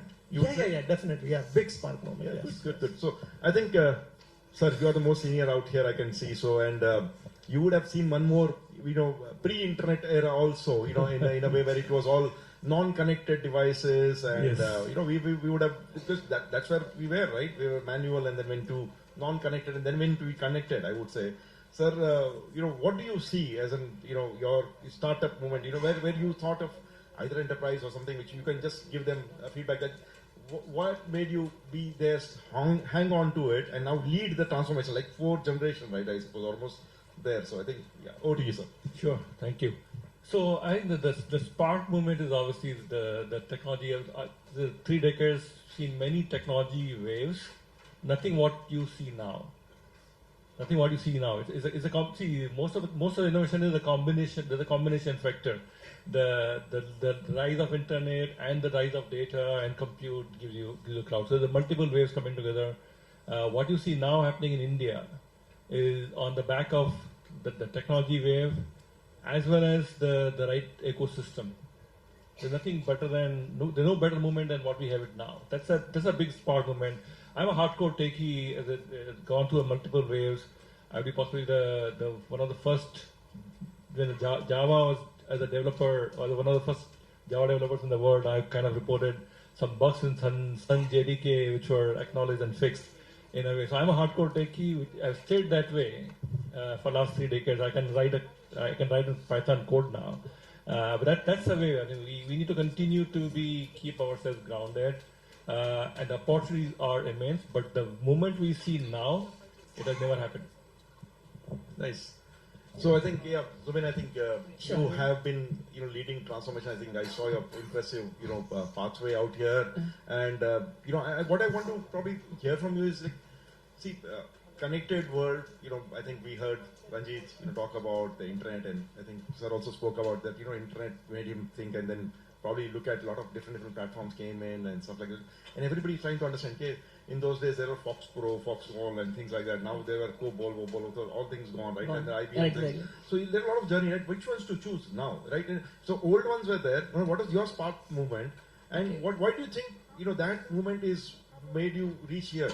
Something like that, if you can help me So just to decode echo that. the thoughts of the panelists, I'm a hardcore techie and a developer. And I'm very proud to say that, in India there is a feeling, once after some age, you are not a developer, you are a developer still, as if it's a crime to be a developer in this country. Okay, having said that, 15 years ago there was a problem which me and my friends, when we were starting the startup, we observed. It was the age of big data. If you do any analytics, you have to go to a developer, he will charge you a bomb, and then after 10 days, you get a report. Our idea was, can I give this power to the users? Can the users directly use the big data and make visualization, UI, and that gave birth to an idea. It's a product which we eventually developed over the course of 3 years. But the idea was, just get out of big data. Can the in-memory computing knowledge make the visualization super fast? Click, click, click, and millions of records, you should get a report. In those days, trust me, it was not possible. We had to search for Java developers, Python developers, and then make some sexy dashboards. But we thought, why don't we try it? And after months and months of research, we came across one framework called Spark. I don't know how many heard of Spark. Anybody heard of Spark framework? You should read through that, okay? Spark is, why the name is Spark. I think it's important. What he mentioned was, you should read through tech you should read through the tech journey, because now I think you are entering into an area which is no coding, okay, Yes. almost no coding area, but he came from a coding area, so it's important what you learn, and it's important probably to even understand. Correct. Yeah, so we And never forget the basics. That's what I tell people. See, GenAI will solve a superficial problem for you. You have to go behind the scenes to solve the problem, That's where, But interestingly, Zubin, I would like to understand it. Where did you do the validation? You created something probably, right? 15 years ago. So how did you do validation of those ideas? How did you validate that? Okay, So we went this to is the right market. thing. So we did a test marketing. So immediately after came up idea with a quick prototype, we went to one bank, I will not name them, okay, and we showed them, is this something you will like? They were amazed by the power of what we are trying to do. Imagine that no developer layer is required. I select the fields, I select the table, tuck, tuck, tuck. I say I want a pie chart. No GenAI, those are days before GenAI. Now with GenAI, in split second you get everything you want. And the screen needs to come up. And that's what ignited me. So when you look at it, how did you approach that? Because when you say validation, right? You said you went across to a bank or without naming, but how did you approach them? Because my young friends here are wanting to understand it. How to approach somebody, because we are typically shy. Most of them are engineers, most of them probably pursuing MBA and maybe other stream also, but they are mostly shy, to go out and talk. I record that. I was shy 15 years ago. I was thrown in the deep water, saying, now go and present. Okay.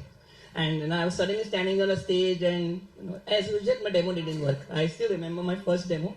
So we switched back to PPT. We had a video recorded demo. I showed a video recorded, and then guy called me. This is video recorded. I said, yes, sir, but it works. I can promise you. Give me 2 months. I will make it work. And that's how the journey began, and it worked. Okay, eventually. So don't be shy. Take risk. Okay. And public speaking, doesn't come naturally to development team. I know that because we are all engineers. Okay? But take a habit. Take a risk. Stand out and speak. Nothing wrong. At the most, you make a mistake. Perfect. You said stand out, right? So I think stand out was quite Yes. important out Yes, there. Good. exactly. So Ranjit, I want to come back to you. Asking that, where do you see again? You also did, I think, multiple startup and ventured in India and outside also. What is your journey? How did you do your, I would say validation? How did you do the first skill? I can say so. What is the first? And then how do you tell again, the audience and probably the people out here that how can you get that? How did you go out for it and then believe that this is my it, and you put your all in, right? So you would have put something there. So what is that moment you can share? So, I've been through a lot of startups. 5 startups have exited in the $150 to $500 million range. The 6th one right now I've built, Everstream. It's number 1 for. Can you give glimpses of startups? Because the reason is some of my friends here are from the hardware background. So hardware background also, but I've done hardware, I've done software. I'll do that.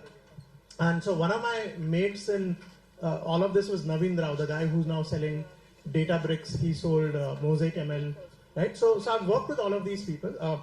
I worked at a place called ISI, Information Sciences Institute, which is where the internet was invented, and that's where I got exposure. So I think the first step is to get exposure. You're in Mumbai. It's one of the best places in the world to get exposure, demand answers, right? I mean, don't be rude about it, but demand, hey, I want more, I want to do more. Put yourself out there, right? I went abroad, I put myself out there, right? To the research institutes, and that's how I got picked up and I got all the opportunities I did.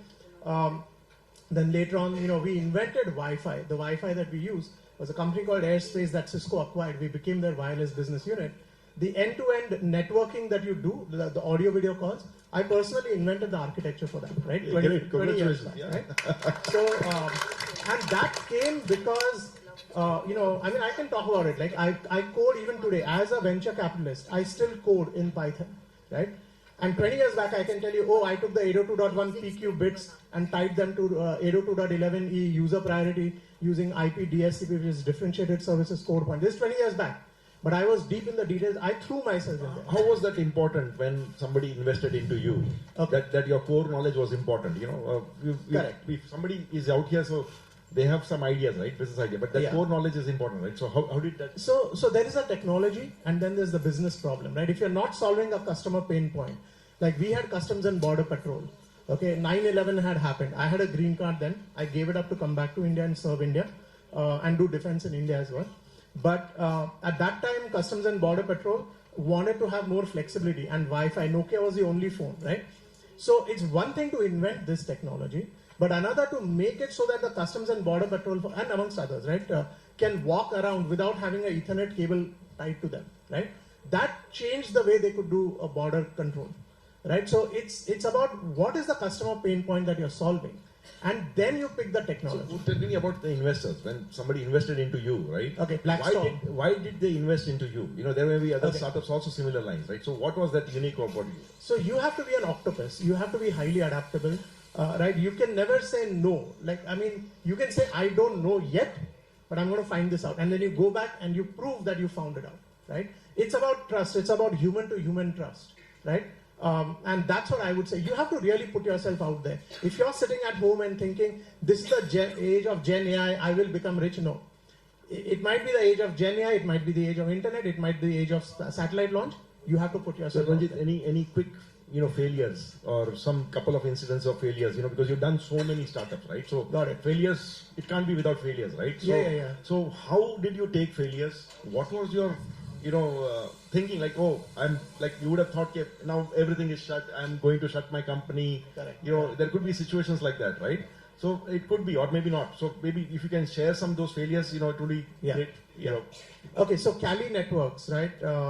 We built gigabit wireless meshes in the year 2002. In 2000, wow, right? That's quite early. In downtown Tokyo, right? Because so exactly, you have to put yourself. That's almost 6G, I would say, in that case.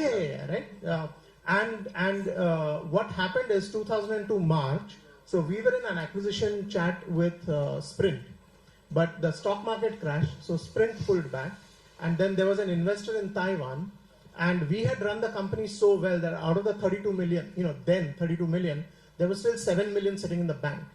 So the investor shut us down just to get access to that 7 million. Oh. Right. So you run, and I'm an investor now, right? But this is what I've been through. So you can have the most fantastic idea in the world, but if you cannot control your customer and your investors, you cannot control your destiny. So you mean to say money or money management is also important? You have to manage it very carefully. Okay, right? And I think that was something which was almost like a nightmare, and then probably you pulled out and today. Yeah. It was a fantastic technology, but we lost it. The world lost that technology. and then we don't have gigabit wireless now, right? So yeah, so I've been through losses like that as well. Yeah. Sir, what do you think about failures? Because I think for young minds, people, I think I would say now current generation, failure is not something which is accepted day to day. That's something which is a problem. So how do you help my I would say audience here that how do we accept failures, and if there's something which is wisdom that can come from you, and how did you do it in your life, and then what is a guru mantra for them to take it further? Sure. No, I think the journey you are embarking, the failure is part of it. I would say that, and get used to it in a way. Not all startups click. A lot of people have passionate ideas. You normally become passionate about the solution. Don't be passionate about the solution. Be passionate about the problem. What problem you are solving is a step one, and whether people will be willing to pay for that. If it is not, it will not take off. The second thing is possibly sometimes you go too far too early. In a way, that could potentially be another reason. In a way, but it goes back to validation point. The people are the great validation. Talk to people. You've got a lot more resources available now than what we used to have in a way. A lot of people will be willing to mentor. Find the right mentors who you trust and the people who can trust you. Build credibility.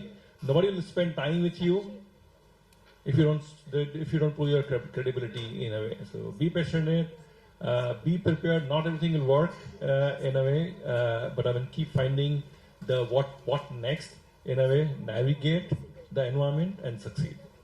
I think Zubin, over to you. I think I would like to ask you, when do you think that your idea will really scale now? You think you ventured into it 15 years ago, and then you said you pitched it, you went through it, and then now how do you think that this is going to scale, right? Because there are maybe 5 other ideas, like he said, you have to think like octopus, right? So correct. Maybe there are 8 ideas, which were there. But why do you think this one will work? And actually, we did a lot of research before we actually went down to the market. We focused, we saw what is not available in the market and how that will bridge the gap. That was the first market analysis which we had done. Not me, we had a marketing team. I am on the tech side actually. Okay, and then they came back and said, this is the gap in the market. Let's go full all out on that. And okay, in those days, there was, like I said, there was no in-memory computing. Those are not GPU days. Those are CPU days with Intel 1. Okay, where it's a big challenge getting sufficient memory to run your thing. So fitting the whole program or whole database into a small piece of memory, lot of challenges we face. My only advice is a good attitude is most important. Stay focused on a goal. Failures will happen. Okay, it's inevitable that you are going to fail, but that doesn't mean you lose. Edison's failed 1,000 times to make a light bulb. I always say that to my boys. Okay, it's okay to fail. 99 okay. One time you succeed, and that one time is a wow moment. That will change your entire life. It changed my life. Okay, the one time when we actually saw it coming up on a screen and it's working, and within milliseconds we could do something what usually take hours. That's going to work. Just stay focused and a right attitude to succeed. Things will fall in place. Great, I think great. So I think Ranjit, I would like to ask you here. I think again the area here is people. You have technology. How did you build all this? Because building so many different enterprises, I think, it's like changing home every 3 years, 4 years, right?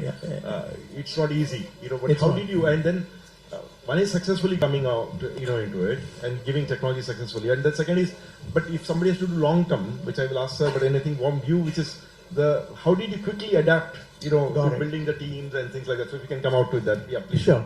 So I'll go to the structure that I use now. So I used it then, but I did not understand that structure. Then now I have crystallized it, right?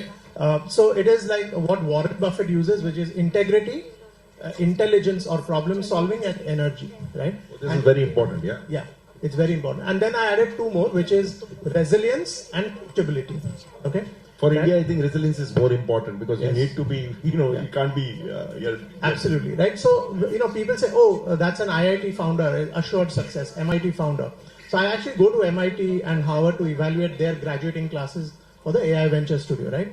So what IITs and MITs, for instance, or VESIT gives you is problem solving and energy. Obviously, if they got into a top institute, they have the energy and drive. They obviously have the problem solving skills, but it doesn't tell you anything about integrity, doesn't tell you anything about resilience, doesn't tell you anything about coachability. These are the 5 things we look at when we invest in a founder. Then we look at the founding team together, right? And these, so I'm talking in like now, but this is how I built the teams as well. Like people who resonated with these values were the ones that I brought on board, or the ones that I trained, the ones I refused, the ones who didn't, I refused. Like, okay, we are hurting. So you mean to say you would go for founders or teammates, who will either go for working, I'm not saying long hours, but working passionate or probably working for money? What would you, how do you No, so money you need, maybe at the lowest rung of your organization, money is fine because people haven't understood who they want to be yet. But if they are more senior and they haven't figured out who they are, you don't want them in the organization, right? If they've changed a job every year just for money, at the end of 6 years, I don't want them in my organization. I'm sorry, but that's the blunt truth, right? So below it's fine, but and then how do you choose technology? Because there's so many options of technology that over your journey. You don't choose technology. What you do is you choose the so there's something called product market fit. Now the need for product market fit has happened because technologists like us all start with a technology. You actually start with a customer pain point. If you start with a customer pain point, work backwards, define the market, and then you choose the technology. Can you elaborate more on how do you find a customer pain point? Because here everybody goes for projects which are there on the internet, some hackathons or something. Because I don't think so that's a real pain point. Because if that was the case, everybody has access to it, right? But what do you find that real? Because you made real companies, right? Real startups. It's not that just hackathon. So a huge market inefficiency or a huge market disruption. How do you define inefficiency? Excellent. Uber, right? Okay. Right? Okay, you are taking your family out in the evening and you've worn a suit.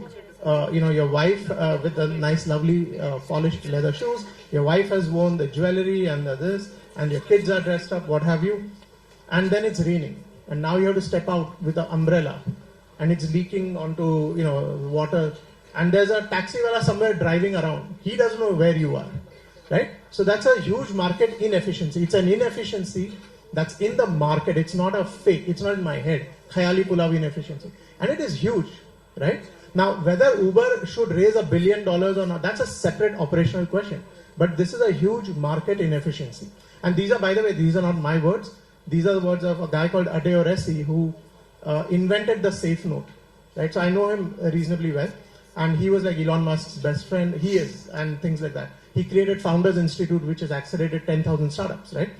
So what he suggests is go look for the huge market inefficiency. That's what we do.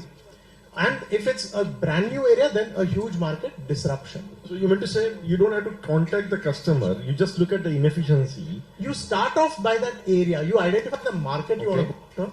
Then you identify the customers. Okay. You identify the pain point. Go talk to them. As I was saying, right? You keep talking to them. It'll all crystallize. Then you go find the technology to solve it. Right? If you start with the technology, you'll build a product. Then you say, okay, product market fit kya hai? You'll be like, 14 saal vanvas, you'll be, looking for it, right? It's not like that. It should not be like that. If you start with a pain point, by the time you build it, you know exactly who you built it for. That's the real journey to be a successful entrepreneur. True. Sir, Motwani sir, over to you. The question would be that you built a sustainable long-term company, which I think you headed it also. My probably feedback to you, there are versions which is multiple startups, technology changes.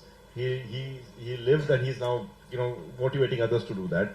Sir, if somebody has to create a company which has to become an MNC or probably lead maybe more than 5,000, 10,000 people, and create employment for them, what do you think, is the mix required? What is the attitude required for the leadership, right? Because being a technology, because you said, I did coding, which you said, and being a technology creator and to leading a company which is large people, right? How did you manage that, yourself, sir? Yeah, I think the only way to build a sustainable business is we're looking at long-term value.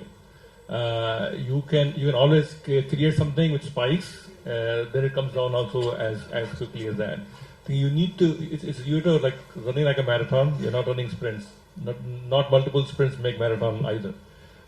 So the vision should be in terms of what it creates long-term value. Play a long-term game in terms of you're thinking creating something which will sustain. The technology changes. What is happening today, it has never happened. It used to take decades and decades before the trains will change, the technology will change. That's the pattern now. assume it will happen, but the value should be in terms of how do I build the team which has looking at long term. You are creating long term value for the clients, and you're, as you said, solving a problem. It's looking at in terms of whether the customers have actually got the value out of using your product. They will not come back to you if they don't see a value. Nobody will come to you. If you can't retain customer, there's no sustainability. So again, if you can elaborate on how to think and dream big, because our chief guest also talk about dare to dream big.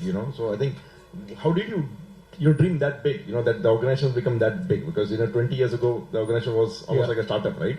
Yeah. It became one of the largest organizations when you look at it. So Yes. what is that dream? Yeah, I mean, the dream, to be honest, in this case, in our case, we never dreamt we will have a few thousand people. The vision evolves, the goals evolve in a way, but we made sure the foundation will take us there. Doesn't matter we get few hundred people or few thousand people or few 100,000 people. If you are prepared to go longer term, you build that foundation that way, you build the people that way, you build the technology that way, you build the processes that way.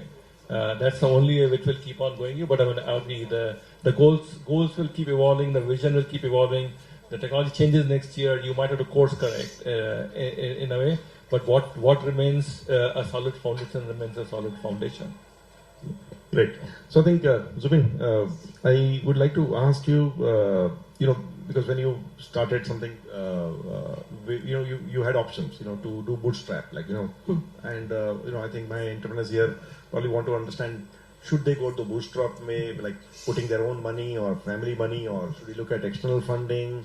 What do you think, should be choice, and what are the options available? If you can just give some We started highlight. with Bootstrap. We invested our own money. We have a bunch of friends who came together with a bright idea. We thought it was bright, okay, and we just focused on it. And post that, after 2-3 years, when the product was ready, we started going to investors, because we had enough clients at that point of time, enough talking points to tell people this is what I have built. So it took some time. And we have to be patient in this journey, because there is challenges at home also. That's another thing you need to manage. Your family support is, according to me, the most important thing. They have to stand by you, because there will be crisis, there will be problems, but stay focused on the goal. Eventually, you will reach there. That's how I look at it. Yeah, good. I think Ranjit, this is again very important. I think I heard multi-country, US, Japan, Taiwan. I think you traveled the world, right? So I think bootstrap start and external funding is one area, but the second area is again which you've been touched about is how do you manage your personal life, because I think that's also very critical. Even Dr. Ullah mentioned about health, family. Absolutely. So how did you do? I want to touch upon the bootstrap versus external funding. Okay. What is that importance, and when should they do it? And then if you can take your journey towards your personal life also, and how did you manage everything? Yeah. So, I think typically what happens is if you build a plan for growing a business, your net cash in hand kind of dips down and it's going to touch zero. When it touches zero, you're bankrupt. Okay? So then you have to raise money. This you're talking about your personal cash in hand, right? No, I'm talking about a startup that starts off bootstrap, right? Yeah, so if you can manage that dip before you become productive and the hockey stick kicks in, then you don't need to raise money, right? But you have to plan it very carefully, right? And so if this is your zero, how does an engineer understand finance? Something which is a question mark. To all my engineer friends, here. So we don't understand finance, right? Can somebody put a hand? How many of you don't understand finance? Okay, everybody understands. Everybody. Oh, you don't understand finance, right? Okay. So who would understand profit and loss? Balance sheet, how much money you have, cash flow. I think you don't understand. So. No, but I agree. But I'll tell you, people who have graduated from the top MBA schools in India and the world also come to me and they show me the cash flow. And I say, boss, it's going to zero, you're bankrupt. No, 3 months later I'm getting money. I'm like, you will have been bankrupt for 3 months by then. Right? So this concept that it's just numbers, yeah, you're right. Right? It's not just numbers, there's a consequence, there's an impact to all of this. So you have to learn that skill, unfortunately. But if you can manage that dip, right? Every startup has a dip that's like this. You meant to say, should it be taken like in all of our religious, I would say, preachings has been told that you should do fasting, So I think that dip is like a fasting to an entry startup, and then again you have lunch. When you're building, you don't have revenue, right? Okay. See, when you're building, right? When you build half a car, you cannot sell it. You have to build the full car, or you have to build a full product. During that time, your cash is just being burned. Now, if you can build and start selling and not touch zero, then you don't need external money. It's as simple as that. It's actually not complicated at all, right? But can you give them an idea? What are the sources of money available? Okay. There are four sources, and I'll walk you through what I did when we invested in the quantum company called Q5 AI. We invested 1 year before National Quantum Mission did, right? And today they are India's fastest quantum company. We also invested in Ethereal X. I sit on the board of that. It's a space launch vehicle that actually brings back stage 1 and stage 2, unlike SpaceX, right? And they have hundreds of millions of dollars order book, right? What we did there was we planned this entire thing out, and there are 4 kinds of incomes, right? The best is a grant. A one-time grant is excellent. A repeated grant is like a drug for an entrepreneur because it kills their entrepreneurial spirit. From this incubator, which is here now, what can these? I think they should get lessons, right? So grant is one. They'll get some kind of grant, support, whatever. But the best way to make money is revenue. The second best is taking a debt. You are going down, you need some extra money to go take a debt. If you can't make revenue or debt, then you go to a VC. And I'm saying that as a VC, right? It's the worst kind of money you can raise because you're giving up a part of your company. That's how you need to look at how to raise money, okay? So, but should they look at grants? Do you think grants getting is easy and what is? No, it's not. Government is trying to make it easy. So how much tune of money is available in grants to startups? See, anywhere from 25 lakhs to 3 crores is available. Oh, up to 3 crores. So I think if some of you understood, up to 3 crores, right? So I think it's not a small money which we're talking about, right? So yeah, please. And when you hear 3 crores, please do not translate to one Ferrari. It has to be spread properly, okay? Yeah, so I think that's really how you look at the various sources of income, and you have to have a deep understanding of accounting and economics. And then you say, okay, I have... You meant to say in your core team, you need to have a finance expert also? In that yes, absolutely. Because innovation is not the same as entrepreneurship. Okay. Right? So you need a CXO who's a CTO, that's innovation. Mm-hmm. You need a finance person who's your CFO / CEO / sales, whatever. Okay. So there's a cash flow funnel, there's a sales funnel, and there's a fundraise funnel. These are the 3 most important funnels. Okay. If you can control all of these, you will find a way to survive no matter what the winter. Great. And how do you plan exits? 2 years in advance. Oh, 2 years in advance. At least 2 years in advance. You say, this is what I want to exit at. Therefore, this is the kind of work I have to do towards it. And then we do that work. And then, in a year and a half, we get to the right valuation and we exit. Right? It's a game of taking the entrepreneur from this level to this. Now the next journey is up to the next investor, who's at different stage. And in doing all these things in your earlier startups, how did you manage your personal side? Okay, you have to have a spouse who understands all of this, and your spouse. That partner is also very important. You would say. Yeah. Because in the business you have limited partner, so she works with you. No way. That is I don't know how to make that work. But your spouse is like an unlimited partner. They have unlimited power, okay? You have to understand what they are giving up to let you chase this mad journey. They give up a lot, right? So I think it's important to acknowledge. Do you say it's a mad journey or is it a dream big? Oh, it is a bit of madness also, right? Because 2 years back, a year back, we put money into QPI. So did your friends when in college call you mad? Out here I would run the labs at Vessel, right? For the HOD, right? HOD would be gone. I'd be running the labs and all of that, right? Okay. And typically the 4th year students so would you do were it. unpaid, employee in that field, right? I've always been chasing the money because I was always unpaid. So no, definitely, yeah. So I'll actually add the madness is needed. Madness needed. It has to be a control madness. I would say, but you need it. I mean, what you're trying to do is is something groundbreaking. You need to be super passionate. I mean, the fine line between. Sir, to the young generation, I want you to give, and madness only, I want you to expand. Sir, how should they handle madness with their, I would say, one is the professor and the teachers out here, one mentors out here, which is madness, we're talking to them, one. Second is parents, because they are yet to be married, most of them here. So, parents, and then in future, spouses, or maybe extended families, which is there, right? So, can you guide them that how should they handle, the madness? Because everybody has some madness or some craziness to be out here. But how do you think, if different perspectives if you can share with your life experience? No, the reason I said, I mean, what you're signing up to is a hard journey. In a way, normal course will not take you to where you want to go. In a way, so you need an element of madness. But I said there's a difference between going beyond a thin line. In a way, but in a controlled way, that passion, that craziness, that madness is needed to turn something what you're passionate about into something what people will buy. And it is not easy. I mean, you can be passionate about 10, 20 things and then crystal down to a very specific idea which has got a value in the market. And people say that requires a level of madness, not to the extent Elon Musk goes. It is a different level of madness. But I mean, for the hard journey you are embarking on, that element is needed. Yeah, please. One word is passionate. Okay? You need to be just mad and passionate about what you want to do in life. That's it. Nothing beyond. So I think the nice word towards madness is passion. Passionate, correct. And you should have a wife who supports you at home.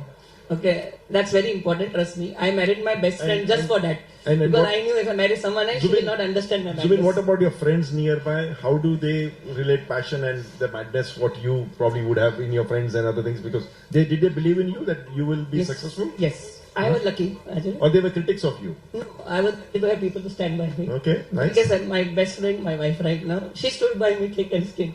Okay, she has nothing about technology, which I like. And what about the dip times? Which just said, there were dip times. And they were there. In the dip times, you had to either choose of either going for external funding, borrowing money. How did your spouse stand by you in that case?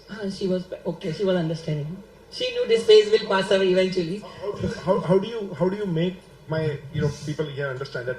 How do you convince your family? In your dip time, in your stress situation. How do you talk, or what is the way? Because you are passionate, right? But the family and the other people don't understand that passion, right? So how do you make sure that they understand? How do you communicate to them day-to-day basis? Is that something which you speak, your vision? How do you tell them, right? So it was the other way around for me, actually. Okay, instead of me communicating, they tell me, okay, don't worry, this phase will pass out. You just do what you want to do. We will be there for you. That's how I was lucky in that way. You used to communicate that what are you doing and I will what tell are you trying to whether they understand or not. That's it. But I will go ahead. Can you give us some example of what was your dream when you started, when you were maybe small, and what is the impact now it has created? Can you give us some example of impact? So this country is what 150 CR people, right? Is a huge, right? Almost 1/8 or 1/7 of the global population, right? So how did your technologies impact as in day-to-day life, if you can give us an idea? So we started very small, like going back to my product which we have built. It was a very small product where we wanted to change the way data analysis is done. And 5 years down the line, when I see people using my product across the country, okay, it's very impactful. Because now they do not go to a developer to say, build this for me, build that for me. Now, especially when the GenAI is coming, things are IVR, our phone banking or an IVR service. You call up the bank, they say press 1 for days, 2 for days, 3 for, and you already bored when my number will come. Imagine a customer's aspiration, my transaction has declined. I want to call the call center and say, why my transaction has failed? And what he will say, 1 for days, 2 for days. So then we decided, let's change it using GenAI. We do real-time data analysis of the transaction. So even before you call me, I have already done the analysis of your transaction and I know why you're going to call me. Moment you call me, moment to pick the phone, I say, oh sir, sorry, your transaction declined because your PIN was wrong or ABCD reason. So the customer experience is completely shifted to 360 degrees. So your business was more responsive rather than I asking questions. You already knew what I'm going to ask and you're trying to give me the answer. That's the power of AI and data actually. Okay. And and other thing is we are also trying to shift things to the left. We call it left in the bank's parallels. Means what was happening down is now happening before. I'll give you one more example. For example, let's say that you are going on the ground. We call a relationship manager. They go and they collect documents for loans. So like you are a dukandar and you want to take a loan from bank, we come, sir, give me 5 documents. He gives you 5 documents. This guy is not that much literate on credits and how to give loans. The whole file goes to an intelligent guy, we call credit manager. He analyzes the file after 3 days and says, oh sir, sorry, you will not get a loan. So in this 3 days, the customer is already gone. What we are trying to do using GenAI is bring this whole intelligence in the front. Moment to collect the documents, I will translate the intelligence of their guy sitting down the journey. So you found speed of doing things was very important out here, right? Agility because is very important. because the process which was 3 days process, you converted that into probably in immediate process. Correct. And you are able to capture more customers. I think Exactly. this is something which That's you can. important. So That's that's a the growth. change which you brought in. Correct. Right? And it gives customer delight. So I am talking to you, you give me documents, I will tell you immediately whether you will get the loan or you will not get the loan. Instead of waiting 3 days to get disappointed and waiting saying loan milega ki nahi. Okay. So that's the whole thing where Gen AI, data, streaming, the world is moving. And I seriously think that we have to get into this journey as a next step. It's like the PC valuation. People said manual se PC ho jayega, we will lose jobs. Now people say Gen AI will lose jobs. I don't agree with it. So you touched the maybe the current theme which is there. Say where are we going right now? So maybe you can, if you can expand more on where do you see Gen AI and AI? Because everybody out here is aspirational product developer or enterprise selection. So where can be the next the so-called TCSs or the huge enterprise can be created out of the current generation? Because this is going to be a new, I would say, AI era now for the world, right? So we saw the internet era. Now it's an AI era is what people are doing. In days and hours. So the whole shift left, again I went back, the whole shift left approach is coming up. So you don't need a lot of development skills to build something up or prototype something to try it out and see whether it will work or not work. So in earlier days it was a nightmare because we had to build everything and then fail. With Gen AI coming in, you can also fail fast. And trust me, it's a huge knowledge base over there. The whole automation is also changing. The way I look at What do you see AI transforming? Because internet first was dial-up, right? So from that it went to broadband, then all the Gs came in, and the next thing what Next we thing see. which will hit But now us- when you look at AI, it started with Gen AI, right? The chat bots, say. Now where do you see it's going, right? And where do you see, I would say my, students and entrepreneurs here should be focusing upon that. This is what we should now invest into. Yeah. Agentic AI is the next big wave, which will hit us in 2026. The way Simplify what is agentic I'll tell AI. you. See, earlier days, we had these chatbots and Gen AI things. It was just a dumb chatbot, question answers questions. It is not solving a real world problem. We moved to an era where we are solving a real world problem. And when I give me an example, a real world problem, let's say that a customer calls me for a query. Olden days, I will go to 2-3 screens, pull out data and solve the query. Here what happens, I just type the problem. Now the agent, that is AI agent, knows where in which database, which file the answer lies. He pulls the data back in that format, and instead of giving data in some gibberish manner, he will give you data in proper English. Something which a guy looking at it can also understand. Earlier to do this used to take months and days. Now that is what I call as agentic AI. It's the next generation. Okay, it is going to change the way we think, the way we write code, the way we prototype. And this is not chatbot, again I'm saying. It is fully end-to-end automation. When you come in the morning, you just run an agent, he does all the work for you. Most of the work for you. Okay, and only thing you're left is to review whether that guy made a mistake or not. That's the next wave. And you need to focus on that from the technology perspective. Second is the way data is moving. It is super fast. Okay, we call it a streaming technology. Okay, bank is heavily investing in a framework for streaming technology. I am heading that department. What we are trying to do is, when a message comes in, can we nudge a customer in milliseconds? For example, you are buying a house. You are selling a house. So the money comes to your credit. The relationship manager after 3 days comes to know, sir, you bought a house. Okay, you want to invest in FD? He has bought jewelry for his wife, and the money is gone. Okay, but what we are trying to, as soon as the money comes in your account, we nudge the customer. Sir, you want to make an FD since you have so much money? That speed at which the data analytics has to happen is going to be the future over here. And we need to embrace for that actually. It's the next generation actually. No, great. I think he's talking about more about the connected, or say connectivity with devices. Banking is one example. Probably I would say automation in your airports to your railways to other infrastructure also, and even to an extent, even maybe futurely automating and making Gen AI with our even our college data also, which it could be seeking and getting this. And there are a lot of opportunities out here. So I think great. So Ranjit, over to you. Because I think your profile is more hardware side in electronics and VLSI, and we keep hearing, everybody keeps hearing, Atmanirbhar India and tariffs and India doesn't have VLSI, chip nahi banta hai, all those theories are there, right? So what do you foresee? Some of my, I would say, student out here may be probably considering maybe what you did something and what could be inspiring to them. And then how do you next maybe 5 years, 10 years, 25 years, you patiently probably 25 years into, I would say this journey. 31 years. 31 years, right? So 31 years into this journey, how do you tell them that this is what you chose, right? You chose hardware as compared to, software, which was a choice, Zubin chose, right? So, now here you have to give something like, I'll do that. I'll just answer some of the previous questions with one line. Please. So, when I said customer pain point, that requires you to have empathy, and the same empathy needs to be extended to your family as well. Okay, so that's one point. Okay, because they're giving up a lot, right? The second is, I think Agentic. I have a couple of startups that I've invested in for Agentic, and it's basically a product is a workflow. The workflow has multiple steps. At the steps or a combination of steps, if you replace with an agent, that with a common knowledge base, that becomes an agentic, right? So that's really where we are doing things decentralized and all. And then third is the QPI AI and space that we invested, and this is tied to the hardware question, right? They each needed $100 million, $75 million.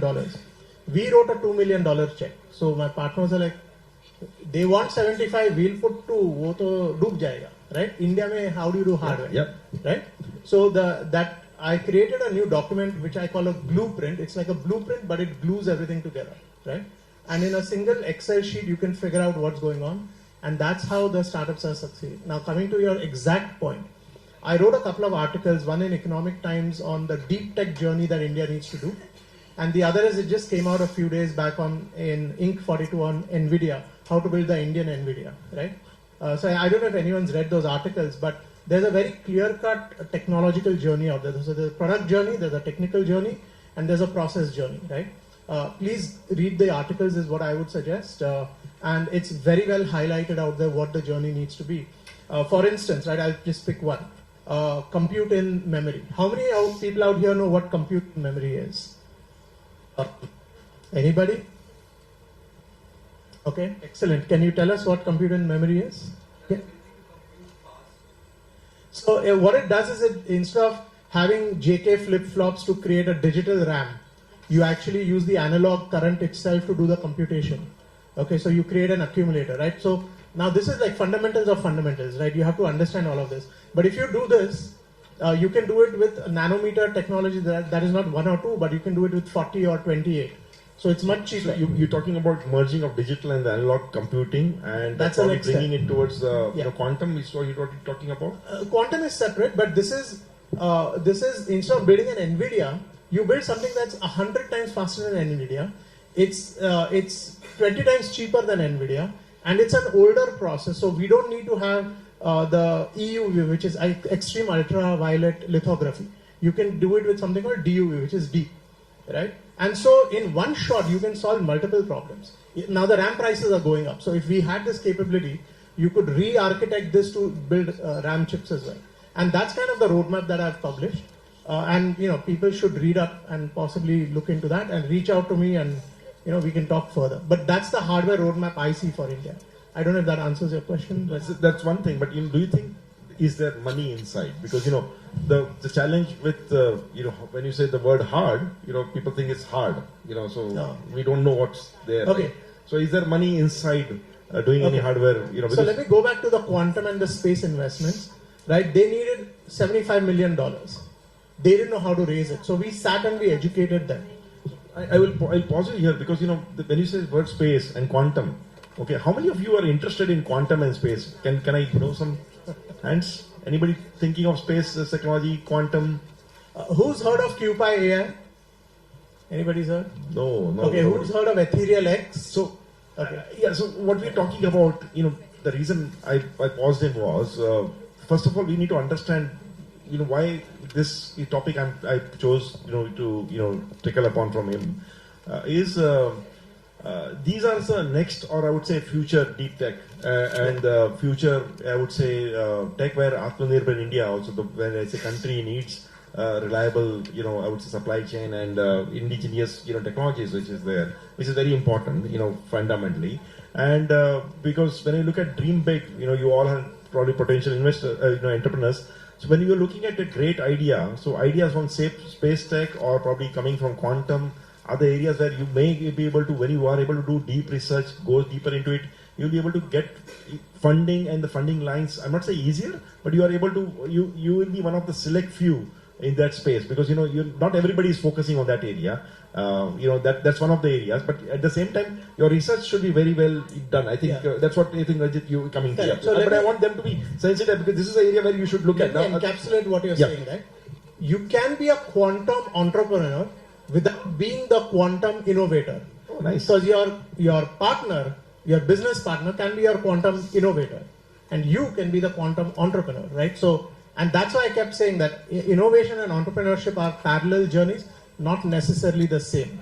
Two people can be on that journey, 2, 3, 4, whatever, right? So does that answer your question? That does answer, but I wanted them to, because everybody wants to get into startup, right? So if say 100 people here are wanting to create a startup, okay, and then they want to go out and raise money, okay, what are the chances of them getting money, and what are the chances of them getting money in working on some deep tech or future tech which is there?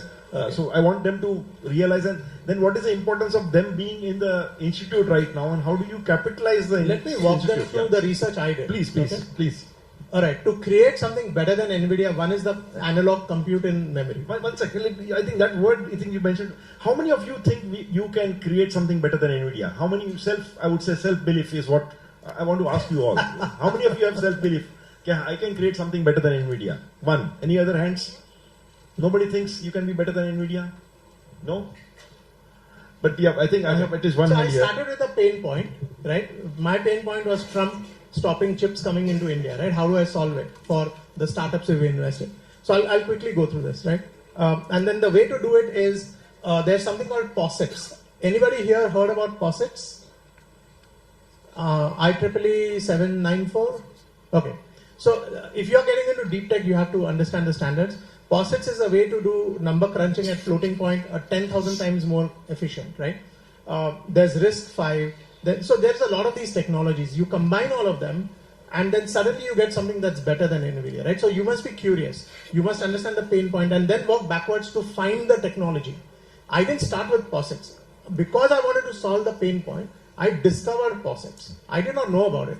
I'm not a hardware engineer, but I discovered it, right? And that's the journey, I would say. You start with the pain point, do the discovery. There's a lot of technology available now. So that's what I would say. Great. So, Mutwani sir, again, in this area, can you guide us, what do you foresee, the AI and the next generation, where do you see, you've seen 3 decades now, what do you see coming 1 decade to 2 decades now further? Where do you see my, entrepreneurs should be looking at, and how can they build a long-term enterprise out of it? If you can. Yeah. Having gone through many of the technology waves, the AI wave is real, and there are a lot of things, there are a lot of differing views, hype. There's definitely hype is there. The bubble might burst. The correction will happen. May not be the bubble burst, but the huge potential is there. I've gone through series of technology waves which I have personally been implementing for our clients successfully. A lot of technologies come and go, the likes of blockchain, the likes of metaverse. If you know, not every technology adds value to the society. AI has a true potential. The applications are, why it is called general purpose technology, because it impacts every industry in the universe. So the application is large base. So its true potential. We have a lot more technology being thrown at us than what we need. There's a lot more money being burned. So there's a US model. I was listening to Eric Schmidt, the ex-Oracle CEO, in one of the conferences. He was saying where US is putting money is they are just building the the futuristic tech, and they're spending tons of money in building future tech. I don't know how much of that is needed. The second extreme is the China model. If you're following the China closely in a way, what they've done in the last 7 to 8 years is super commendable. Their approach is obviously they don't have access to whatever the most advanced technology and the billions of dollars the way US has, but what they are doing is they are literally applying this technology to day-to-day problems. So their focus is applying technology, then keep creating new technology. You don't know how many people will end up using it. So that's the mindset, I would say. The value of AI, the potential is true. Having gone through so many technological waves, the focus has to be applying this technology to drive value. If you are not doing that, you will keep getting bunch of technology and lot of money being spent. If you find a real problem, you can solve a workflow problem. There are 2 or 3 workflow problems. You need 3 people. That can be not necessarily completely goes away, but 60-70% of the work goes away by AI. So I can do more than what I could do. If you hear Satya Nadella, he says this is the only technology which lowers the floor and raises the ceiling. A lot of technologies that come, either they lower the floor, that means they are driving more efficiency, or they are raising the ceiling. You drive a lot more growth and revenue generation for the firms. This is the technology which nicely does both. Why I'm saying is lower the floor and raise the ceiling is something which could be earlier done by a 10-year experienced person can be done by a 2 to 3 year experienced person. But because they have access to more knowledge base, they have easy access to the knowledge captured across the enterprise. So something where I needed a super expert, I can have 2 or 3 experienced person do the same activity, same task at the task level. They are not as intelligent as a 10-year person, but a lot of the tasks can be done by a less experienced person. That is like a lower the floor. Raises the ceiling is if I go back to the same person who is 10 years experienced person, he can do a lot more than what he could do without this technology. If I'm a doctor, I can do a lot more efficiently. If I'm working on a specific tech, I can achieve a lot more than what I could do without this technology. So that's a real application. I said if you are looking into your shoes, the focus is how do I apply tech to real world problem and drive quick value. That is where most of the enterprises are focusing on, and that's definitely a value. There's definitely a huge opportunity for all of us to capture. I think a great viewpoint. I think from the US and the China side, I think that's a great viewpoint to look at it. So now I think I'll turn to almost my last before the Q&A side, which is the rapid fire. So I think Zubin, I need to get you onto the rapid fire now. Quick one. Sure. Zubin, you will have to be very quick because we need to wrap up. So I need one big mistake early founders should avoid. So quick one for you. One big mistake. Yeah. One big mistake early founders should avoid. Don't be over committed. Okay. Go slow is what you should do, and be patient. Yeah. One habit or tool that accelerates your growth. Passion. Okay. I always say that. One myth about entrepreneurship you want to break. It's not about early money. It's a journey. You have to embed it and go slow, step by step. It'll happen actually. And what is your one message to budding entrepreneurs that habit? Don't lose faith. Stay focused. Keep learning. And that's the message I want to give. Things will evolve. You have to keep learning and trying out new things. Someday some idea will work out actually. Great. Motwani says, to you too, I think I'll ask you similar questions.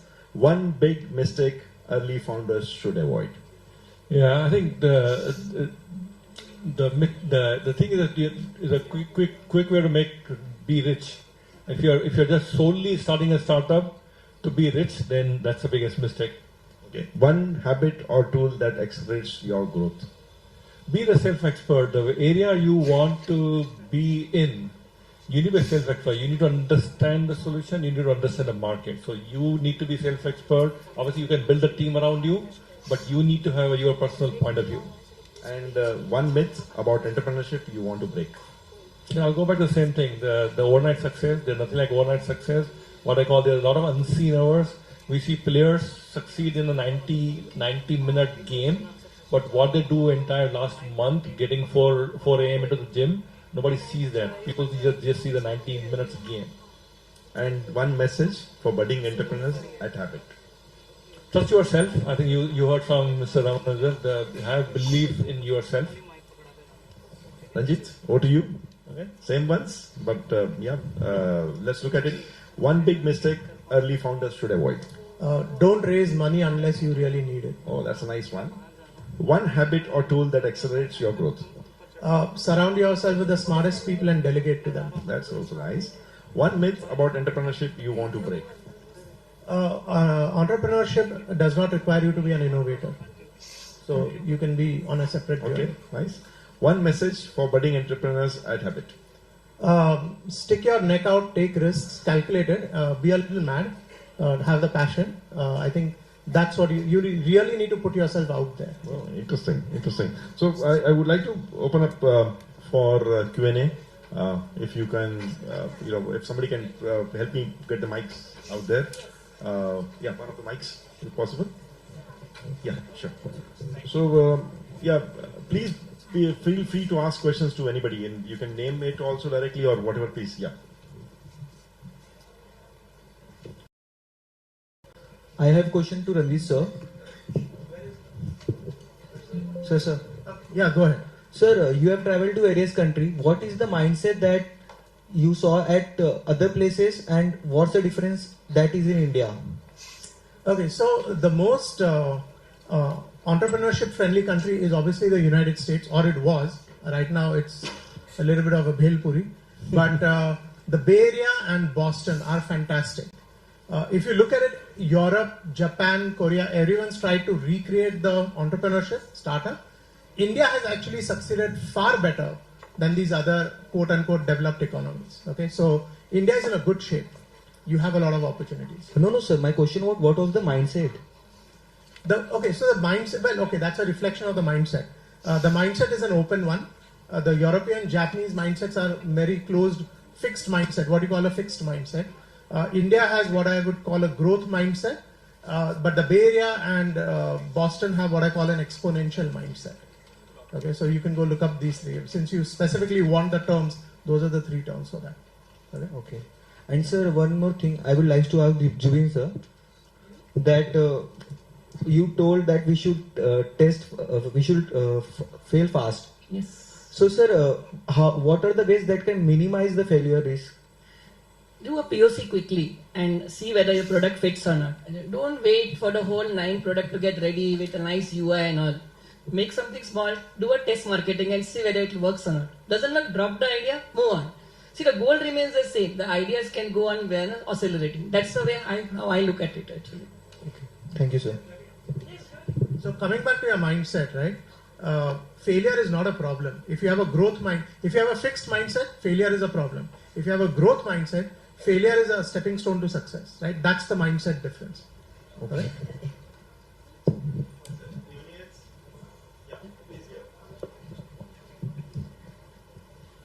Good afternoon, sir. My first okay.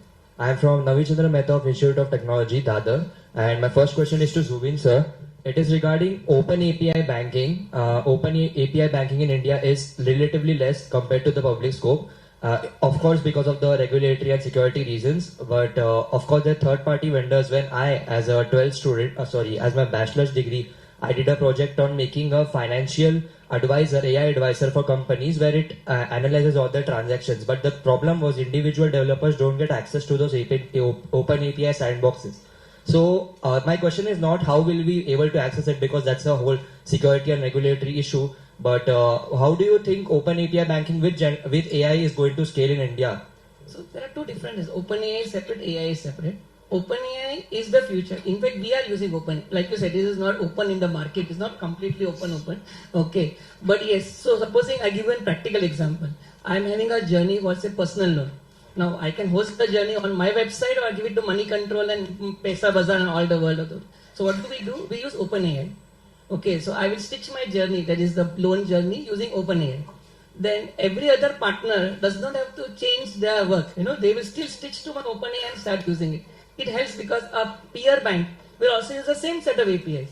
So now the customer, you're giving a choice, whether to go with my bank or other bank, but the stream journey is very seamless because OpenAI. But yeah, that's the future. We call it BaaS, banking as a service. Actually, that's the term we use internally. And AI is more of a customer experience. People confuse AI with OpenAI, but this is different. So you have to focus on AI to improve customer experience. Like I keep saying, a shift left approach. Give more power to the customer, by augmenting his knowledge with the power of AI. And that will increase the customer delight actually. Okay. Do you think open API of banks like HDFC Bank Open API, will it always remain to third-party vendors which you trust, or it may open to individual developers? No, sorry, I cannot comment on this, but no, it cannot. We are RBI regulated entities. So, and there's a lot of paperwork happens before the API is given to the partner, so it cannot actually. My second question and last question to all the panelists.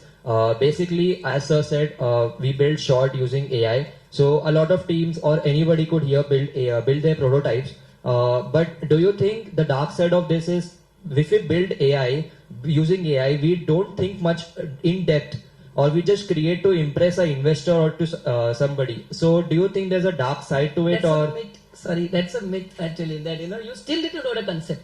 Just because a GenAI does something nice in minutes doesn't mean you lose the concept.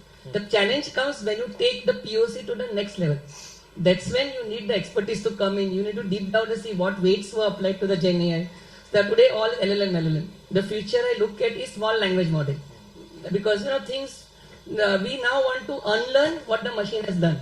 So that we are more focused on it. For that, you need engineering skills. So that's a myth that engineering skills will go away and everything will become so easy. Requirements driven development was a barabar.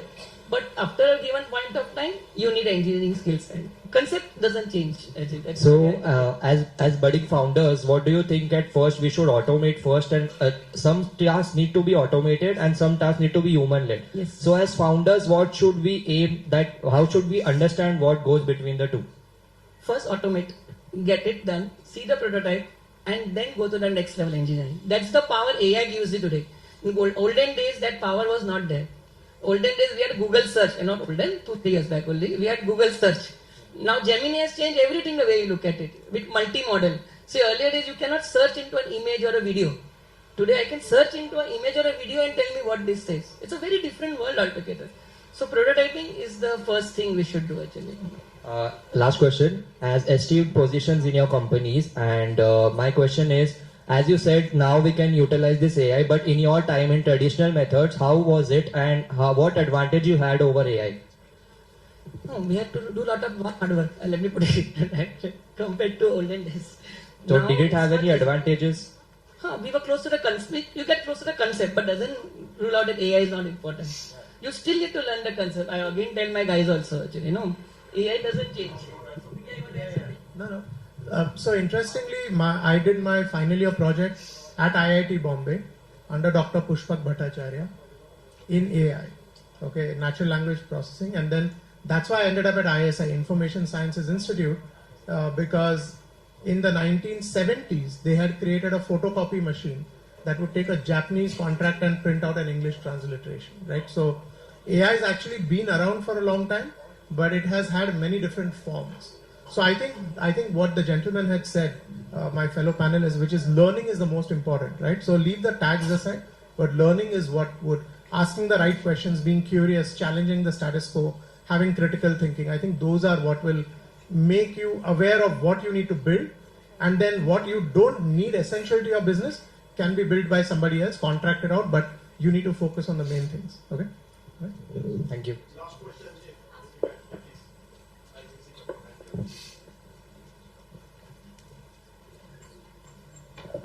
Hello everyone. So my question is, how do you deal with big established competitors in your early stages, like a startup which is in early stage? You don't, right? You go after what you want to build. Even Amazon, right? They consider themselves as 0 day. How do you see your competitors? Do you want to be in a competitive market, or do you want to be in a monopoly? No, you want to be in a competitive market. Okay. So you want to be in a market which has competitors to some extent, because you don't want to be the only person. Okay, like you want to go to a picnic spot, your friends should also show up, right? You don't want to be the only one at the picnic. Okay, so you want to be in a market where there are other competitors, but you don't go after what they are doing, you go after what you are doing. Amazon is 0 day.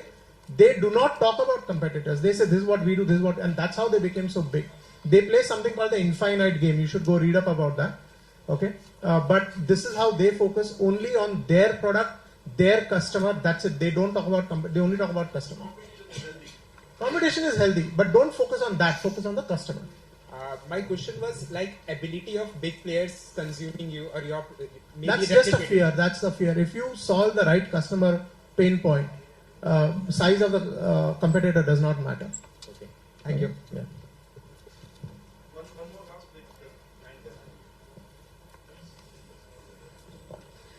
Hello sir, my name is Binoy Keswani. I've come from XIMR, Xavier's Institute of Management and Research. I had a question regarding this word which is very buzzing nowadays, which is called a startup bubble. I want to be responsible for this because what happens is founders tend to go chase valuations, raise funding, and then what happens is that they're not chasing EBITDA, they're not operationally profitable, but they're going on keeping chasing valuations. Okay. Let me correct that, right? Startups have this kind of economics. Right. You cannot do EBITDA based. EBITDA is for a stable operation. Right. Okay. Yeah, you're looking at growth, but the initial, right? When you're making bhel puri, okay, can you just sell the puri? No. Right? You have to make something and then you can start selling, right? It's as simple as that. So you cannot apply those metrics, and valuation is something that I don't know if VCs chase it. VCs definitely chase it, but so do founders. So I don't know what the question is. Yeah, so coming to that, what happens is a lot of times a business may not be operationally profitable or it's not a viable model, but somehow they've survived the startup wave and gotten funding early on. And then valuations come in and then founders want to often exit, and VCs, this is what the bias I come from, sorry sir, but what I feel is that VCs tend to also chase exits, so they try to increase their valuations. I have said before, right? VCs are the worst way to raise money. If you've come to me, that means you've already run out of other options, right? Right. And you want the money in my pocket, then you have to listen to my terms. You're out of options and you want my money, you have to listen to my terms. I'm not asking you to come to me, right? So that's just the real world. You cannot take my money and then say, I could have done this, I could have done that. Yeah. It's a sharp tank, right? Right. Yeah. Thank you, sir. Yeah. Sorry.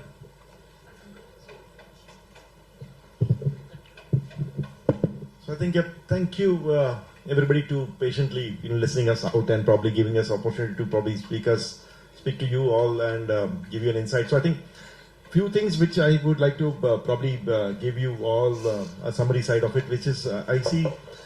Yeah, please. I don't want to miss out on this opportunity where I have 4 people who have built successful enterprises, and all 4 are hardcore tech guys. So it's a great opportunity to pick your brain on one very important point. This has been a very tech-focused, obviously, because of the background of the panelists. But I think entrepreneurship is not all tech. Definitely a lot of what you guys have spoken, some of the stuff that even you have written in your articles about the 1 lakh crore funding of the RDI fund which is available. But there are so many market inefficiencies, as you rightly pointed out, where the technology may not be the hero. For example, Uber was a good example. Technology became the hero because it was the biggest enabler. What about market inefficiency, technology may not be the front actor, it could be a supporting actor. So because a lot of them may not necessarily have the same background as you guys, and also may not come across the same market inefficiencies that you guys are coming across. No, great question. I think let me maybe put you in the summary. You want to go for it? Maybe I'll just put that in the summary. So I will try to answer on behalf of all of them. But yeah, because we all come from different backgrounds, which is there. So that's why I want the outside perspective of an outsider. See, the advantage, what probably I would say is, entrepreneurship is a journey, as Jit also mentioned. It's like a journey. It's like there's nothing like a plane takes off. It doesn't take off always. Okay. it takes off, that means a smooth ride. So if you're a smooth ride, typically your mindset is not entrepreneurial. You want to be always in a disturbed state, right? So for me, fundamentally, if you ask me, I'm always in the quantum state. When I say quantum state, it's not 0 or 1. It's always somewhere which I don't know where am I. So I don't know if I answer it that way. Because, as an entrepreneur, if you know that you are at 1, that means you achieved your goal. Okay? Or you are at 0, right? So if you're either at 0 or 1, which is a digital stage right now, most of the entrepreneurs, when they live their life, they are resonating in the quantum space, because every day is a new disruption. Every day is a new thought process. That's where we become. We live a day which is equivalent to probably somebody's year every day, right? So that's what we live for. And the next day morning we live for is the next innovation, what we can bring in, and what is the next challenge we want to solve. So I think we all have to get into that momentum. So I think what the team spoke about, I think the panelists spoke about here, is getting the right problem first. Right, okay, exactly. Is very important. Okay, it could be software, it could be tech, it could be business problem. It could be finance problem, which he said. It could be a very simple problem. But getting that problem, is important. Okay, which is and identifying the right customer. So Uber could be thinking like you had a great shoe, you didn't want to waste it on water, and then he said, oh, I want to do some story like that. But it could be something different. Where the situation, probably you have to get the right customer who wants to pay you for that. And not only one, you need to be able to understand the scalability of that customer. Because if one person only needed their services, that probably the market is not fit for you. So you're not serving a customer. You are trying to build something which is scalable. Because I think everybody in this room, are using, how many of you are using, say, a railway ticket booking, on app every day, right? Yeah. So the guy who did that was a smart guy. The reason is he built something which you use every day, right? So that's what you have to think. You think which somebody is going to use every day. That's where you will be having more connectivity, more value. You are able to understand, connect and extract data, use the data in modeling with Gen AI and the other AI stuff which is there. So you go deeper into it.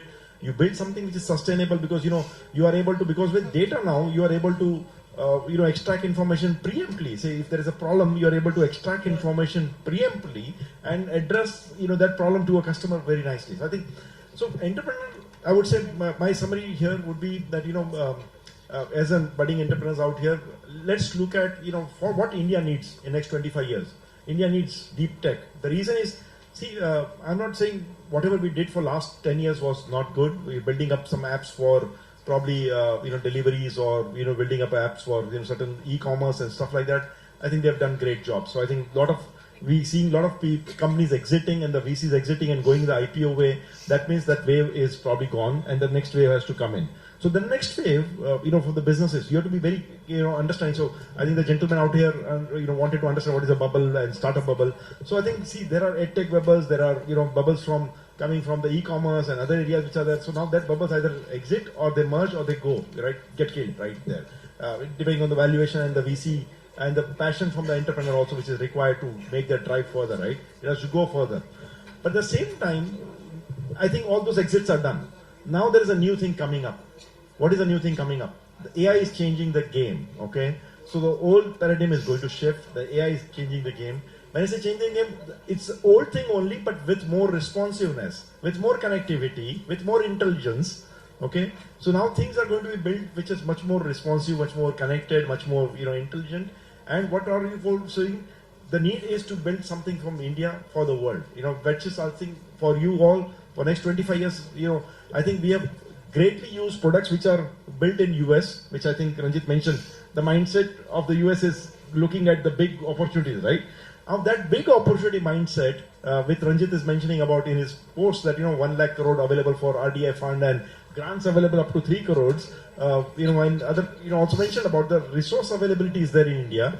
Now that means you all can take some plunge, calculative plunge. I'm not saying emotional plunge.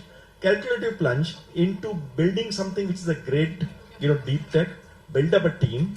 So important is to build up a team. When I say team, is like get good friends and right friends, not the friends which are only wanting to be friends for your parties only, but also friends which you want to dream together and dream big together. I think dream big is most important out here. Passionate being is most important out here. What we learned is fail fast I think if you do something and you fail, I think as Zubin mentioned, fail fast, quickly get up, change. That means prototype quickly with AI, use the AI tools to do quick prototypes, quickly change, and then move further. I think that those are the important points we learned today out of the whole thing. And I think lastly but not the least, I think is, be always, hungry. I would say, when it's hungry in the sense, be always hungry to be learning, be studying what is future, in terms of what do you see yourself, getting created, and probably aim high. When I ask somebody that, what you want to do, can you beat something like can you create an NVIDIA movement out of India? Or can you first create a $1 billion company out of India? So think big. I think that's where, once you have that mindset, I think you all will be able to, I'm pretty confident about it, that you all will be able to be, be a $1 billion company, owners itself. Because the next era, the trillions were looking, 5 years ago, Ranjit, trillions was looking too big. Okay, tell me, before pandemic, right? We see any companies which are $1 trillion valued company? No. Now, I think more than 5 companies are already $1 trillion valued companies already, right? So that means the money value is changing globally. Okay, so for you all to build a $1 billion company in future is not going to be difficult because India is growing also very fast. So that means you are at the right point, at the right platform. I think you just have to have the right mindset, to take off. I think, and you have a great, platform here with Habitia out here. I think I wish you all, either you're participating or probably seeing, others, pitch, to the, I would say, for your, I would say ideas in the coming times. So I think that's what I want to give you, say all best of luck, and probably I want to wish you, success in your coming times and your dreams basically in the, coming, days which you see. And definitely we all are tech people here. I think LinkedIn, we are all connected. So if anybody has something to talk about, please reach out to us in LinkedIn and, search us, and then probably we will definitely be able to see what we can do in the personal capacity. So thank you very much for, listening us. Thank you for the panel based, thank you very much. Thank you so much. As we come to the end of such an amazing and inspiring session, it's time to express our grateful gratitude on behalf of Vivekananda Education Society, Institute of Management and Research. I extend my sincere thanks to our esteemed speakers for taking us behind the scenes of innovations, startups, leaderships and technology. A big thank you to all the panelists. Thank you Zubin sir for sharing the importance of passion. Thank you Shanti Prakash sir for sharing valuable tips and guidance to young entrepreneurs. Thank you Ranjit sir for sharing with us the importance of money management in business. And finally, thank you to our moderator Amit sir, who kept the conversation flowing and every perspective in the spotlight. And of course, a special thanks to our audience for your energy, attention and thoughtful questions. Today wasn't just about listening to success stories. It was about realizing that the next could be from yours.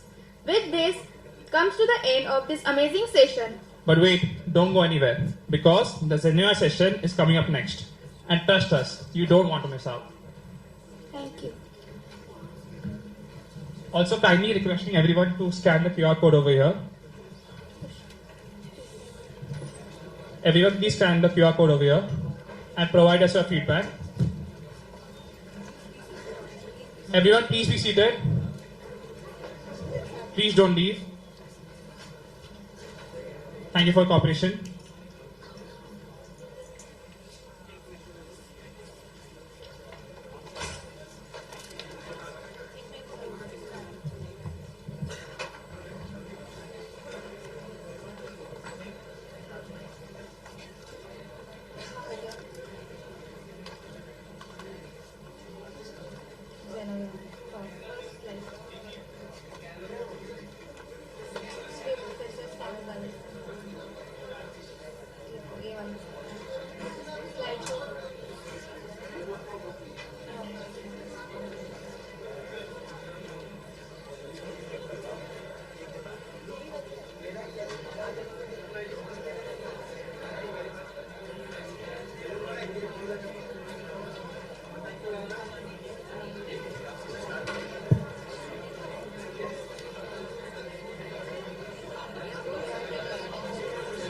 Please be seated, everyone.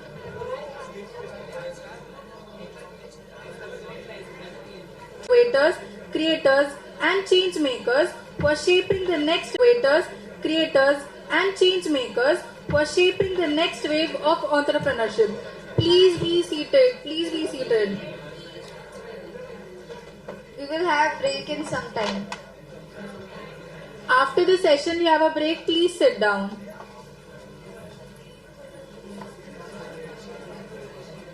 It's just 30 minutes, guys. It's an exciting workshop for you all. To begin.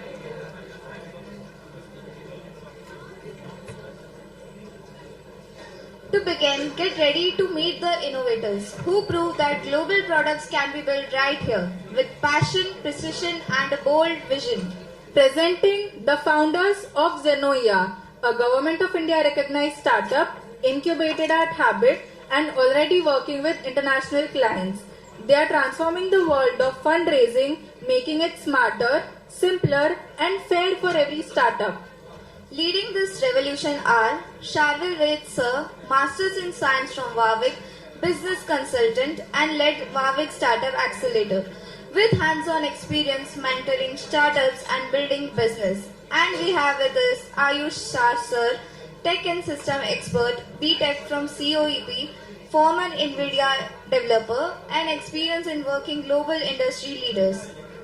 They are here today with a big announcement exclusively for all of you, along with a sneak peek into today's workshops they'll be conducting, designed to take your ideas one step closer to reality.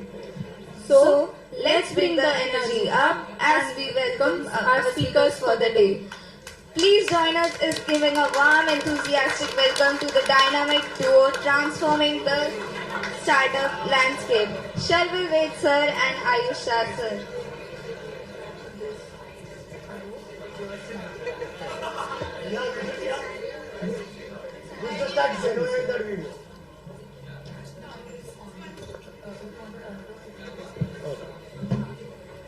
Good afternoon, everyone. Hi, good afternoon, everyone. Yes. So, y'all are here at Habitia. So, can I see a raise of hands for whoever has had a startup idea? So, that's a lot. All right. And continue raising if you are currently working on your startup. Keep raising if you have applied to any of the investors so far. Oh, that's surprising. I see quite a lot of hands that go down. Yes, we do have a booming economy, but we need a solid foundation to build the next generation of companies. This journey of entrepreneurship is lonely, and it's difficult to get the right support when you need at the right time. So we at Zenoia are in the same boat as you and the rest of the million startups that are available globally. And we are here to solve that problem. And that's how Zenoia was born. So, first of all, I know it's afternoon time. I'm sure all of you are hungry. Just bear with us 20 minutes. I'll give you extremely good news that it's exclusively for Habit and West community. So, I'm Sharvil. I have done my undergrad and master's from University of Warwick and Kingston in UK. I've spent a lot of time cultivating a lot of relationships and venture capital ecosystem. I've also helped more than 200 startups and mentored them through the funding journey. And I have a brief stint of business consultancy where I helped through a lot of clients to international expansion. And Ayush, he's a BTech in COEP, College of Engineering Pune. He's done his brief stint in Credit Suisse where he was working for financial ecosystems. And he also has a lot of startup experiences in his college university. And for the longest time, roughly around 4 years, he spent his time in NVIDIA developing backend systems. Next slide, please. So why are we here? Honestly, we were like y'all. We had a lot of startup ideas, but we didn't really know how to connect with investors. And we thought that it's a startup problem wherein startups can't connect with investors the right way. But a little bit digging, we found out that it's an investor-related problem, wherein investors don't know how to actually screen through all of these startups. So our mission, So the venture ecosystem, which is manual, there are more than 1,000 applications a normal investor actually gets in a month. That's huge.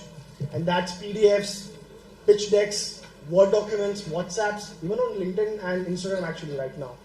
So it's very messy to deal with all of these applications. And the funnel is huge in terms of for every startup that an investor chooses to invest in, they have to go through 100 startups in a funnel. And guys, this is an organized funnel. So now imagine an unorganized funnel would be such more non-efficient, right? The problem with a lot of these founders is that I've applied to the investor, but by मुझे ghost कर दिया इन लोगों ने. 3-4 months I'm getting no replies. I don't know what's happening. I don't even know if this is the right investor that I'm supposed to apply to. A lot of time this activity becomes to like a job application activity. कि LinkedIn है, easy apply कर दिया, हो गया, pitch deck send कर दिया. But this is not the exact way you should be applying to investors. And a major problem is into due diligence reports. If you apply to any investors, you need to get your startup under due diligence. And it is extremely expensive. On an average, it takes roughly 12 lakhs. And that report is not going to be accepted anywhere else. So if this one investor is asking for 12 lakhs, you'll have to again spend the same 12 lakhs for another investor. So interoperability, that's also an issue. The problem is unfair playing fields wherein if I know an investor, I'll get much better spotlight than anyone else who does not know the investor. The investor group themselves are very, very close-knit, wherein a lot of times you have to pay money just to get the intros done. And that's where scams also happen. I'm sure you might have heard wherein you're trying to apply to an investor who are posing as an investor, but in the end they just take your money and run away. So this is where we've built a lot of case studies with real founders wherein a lot of missed opportunities have been coming from founders and investors. The classic example is Dropbox. Dropbox actually came to YC years before it went to Microsoft. And YC just passed on it because they didn't understand what's happening with this company. And they missed out on a multi-million-dollar opportunity. And this is why we've built Zenoya. The name, honestly, Ayush and I spent a lot of time. Naam dhundna sabse badi problem hai, technically. We spent a lot of time finding the right name, but we figured out Zen, that's peace. Inoya is mind. So we are bringing peace of mind to the ecosystem. The platform is live. It's in beta. You can actually log on to the website right now, and you can play around on the platform. We've built a lot of ecosystem and enterprise-ready features from the get-go. We've built actionable insights. This is actually one of the major selling points for any of the investors that we are giving, wherein if a startup is applying to an investor, in one sitting, they'll get to know everything about your company. A lot of times, information transfer is something that takes more than 4-5 meetings. So we send all the information instantly. You can have instantaneous messaging on the app itself, wherein an investor can ask you for details and you can send it via the app. It's all encrypted. And this is our basic key selling point, wherein we've created our own AI systems with our own research, wherein they do due diligence on your startup data. And the investor gets to know instantly what your red and green flags are, how you'll perform in the next 3 years, if your valuation is right, should you be in this market, what exact things you need to be successful in this market, and as an investor, should I apply in your company? Go hold decline metric basically. And this is the startup-sided solution, wherein startups can create their own profile like LinkedIn. They can fill out all of the details. It takes maximum 2 minutes, honestly, guys. You make your profile, you apply on any of the investors, and all of these investors are verified by us. So rest assured, you will never get scammed on this profile. We've can we go back on the previous slide? Yeah. So as you can see, you can edit all of your startup details, your founder details. You can add multiple founders if you're working in a group.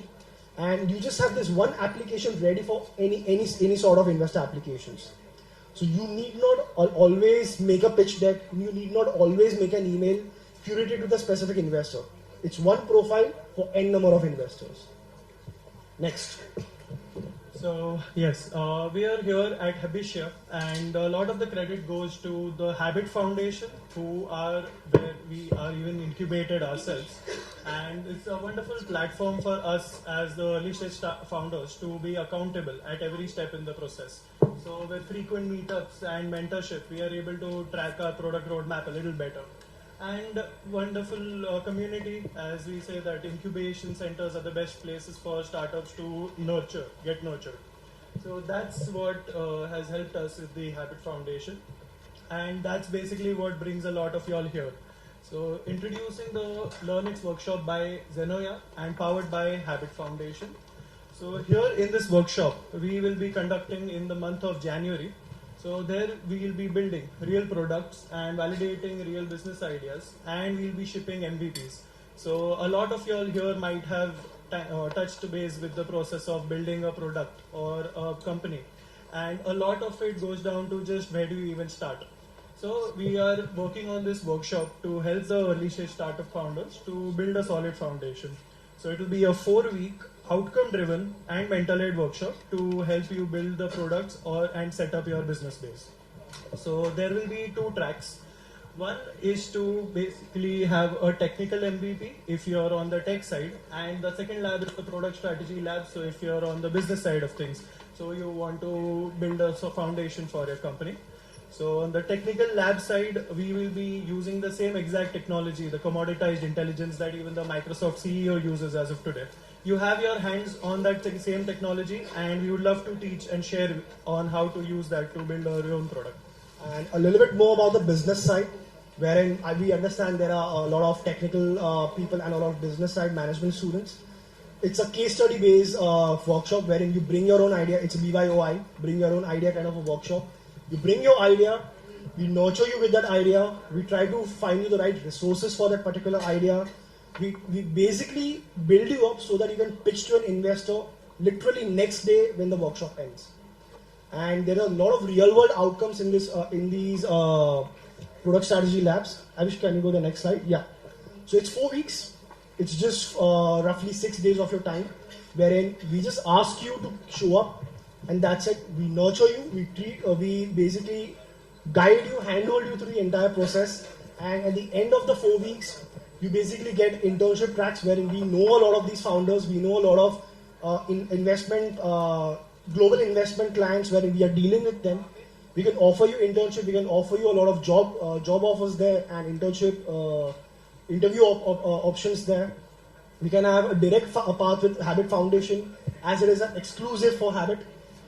All the startups, all the technical MVPs that are built in this workshop have direct access to Habit Foundation, wherein if you pass through this, Habit will directly pick you up and you will be incubated instantaneously.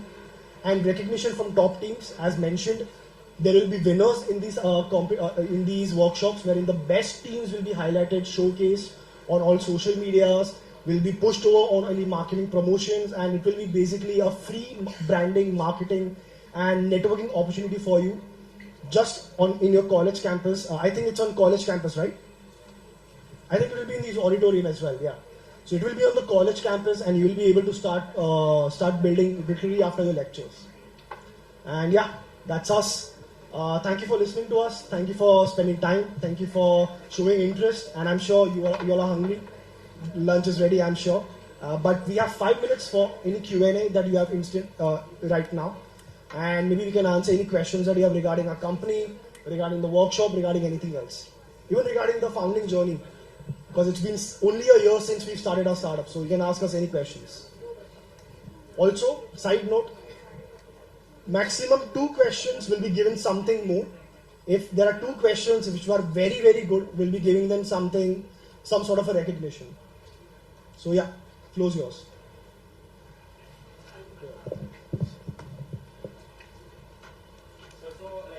It's a great idea. And firstly, sir, we 3 also had a similar idea. I would like to tell that. So in that case, when we pitched to our teachers, right?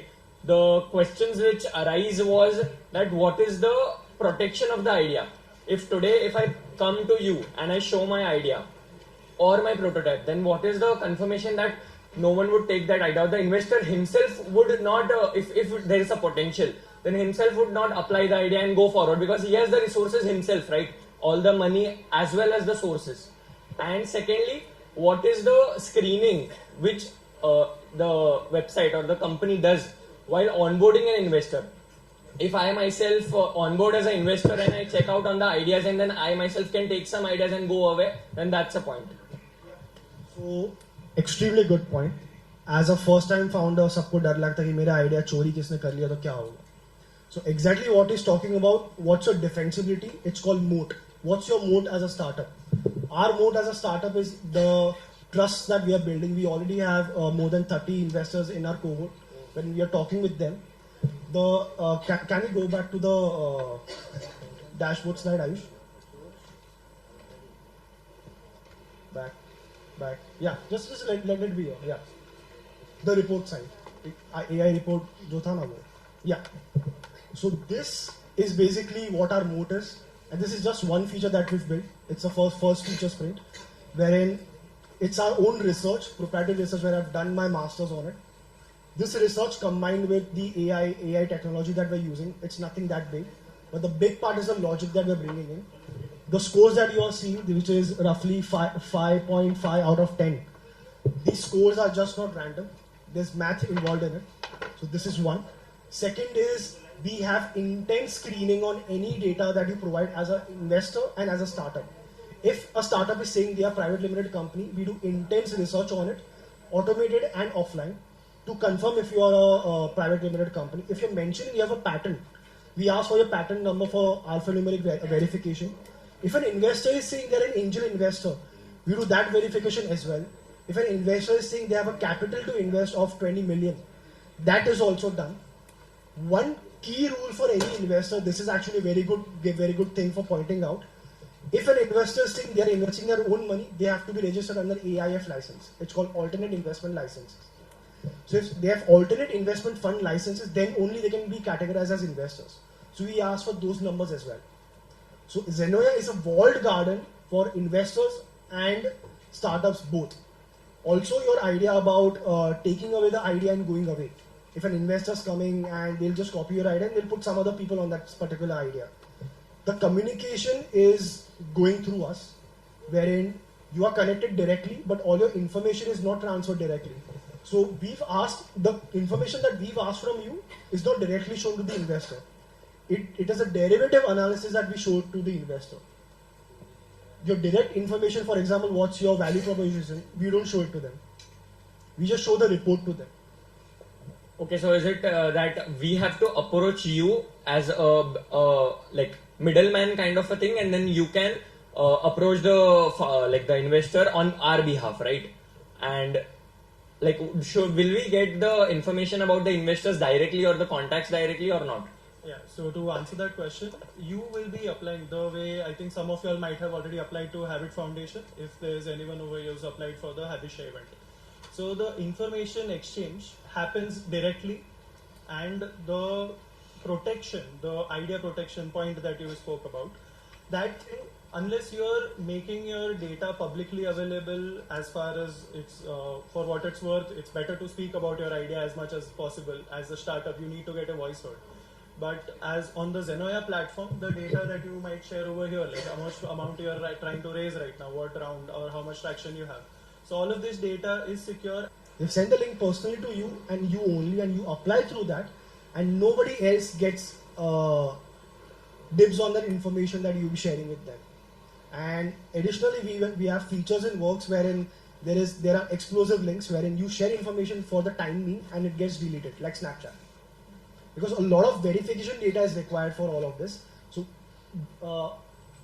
we haven't shown all the classes of data that we are taking from the founders, but rest assured, you log in on the platform, you will see it is very surface level information.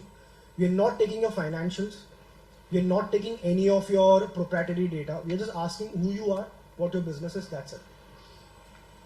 We just need, because for screening, for first 2-3 meetings, you only need very 60% surface level data. Aage ka what you are raising, kitna paisa kidhar jayega, all of this is post second, third meeting talks. For that we have a separate pipeline altogether. But this is for the first meeting and the first screening criteria. Okay, thank you. So any more question, guys?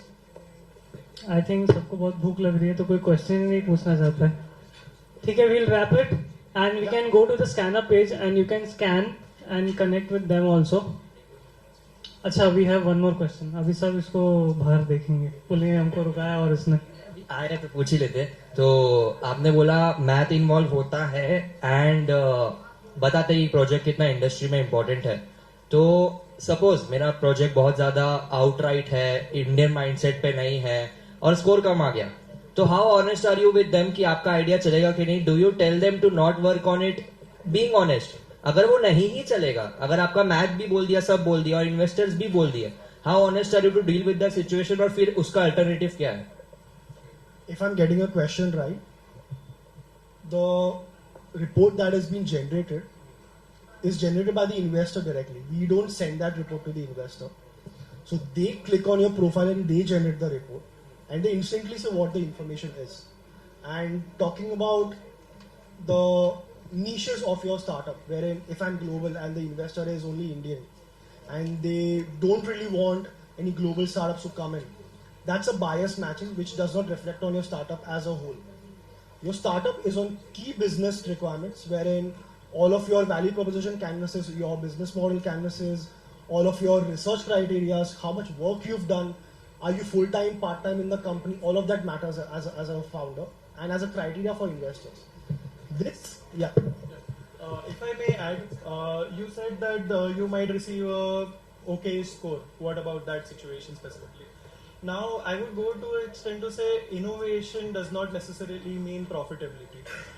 If you apply to a job at some company, you will only get a job if there is an opening. Similar to that, startups applying to investors does not necessarily mean you will get an investment. A lot of the matching depends on the risk appetite of the investor. So there are a lot of investors who are looking to invest in a specific sector. There are some investors who are looking to only invest in a particular risk profile. There are some investors, we've met them. We like boring businesses. We don't want innovation. Innovation has an intrinsic risk to it. What about a successful business model that has worked in another country? You can just bring it over here. So these scores are just evaluating on the objectivity, but a lot of the investment landscape is not purely based on scores and ratings. It's a lot to do with the personal preferences as well. So these are just a suggestion on, let's say, if our background is weak or if our background is strong, or if it's a mismatch with what idea that Sharvil and I are working on, if it does not match with the product that we are working on. So there might be reasons to get a different range of scores. It's a spectrum, but does not necessarily mean that you are disqualified based on a score.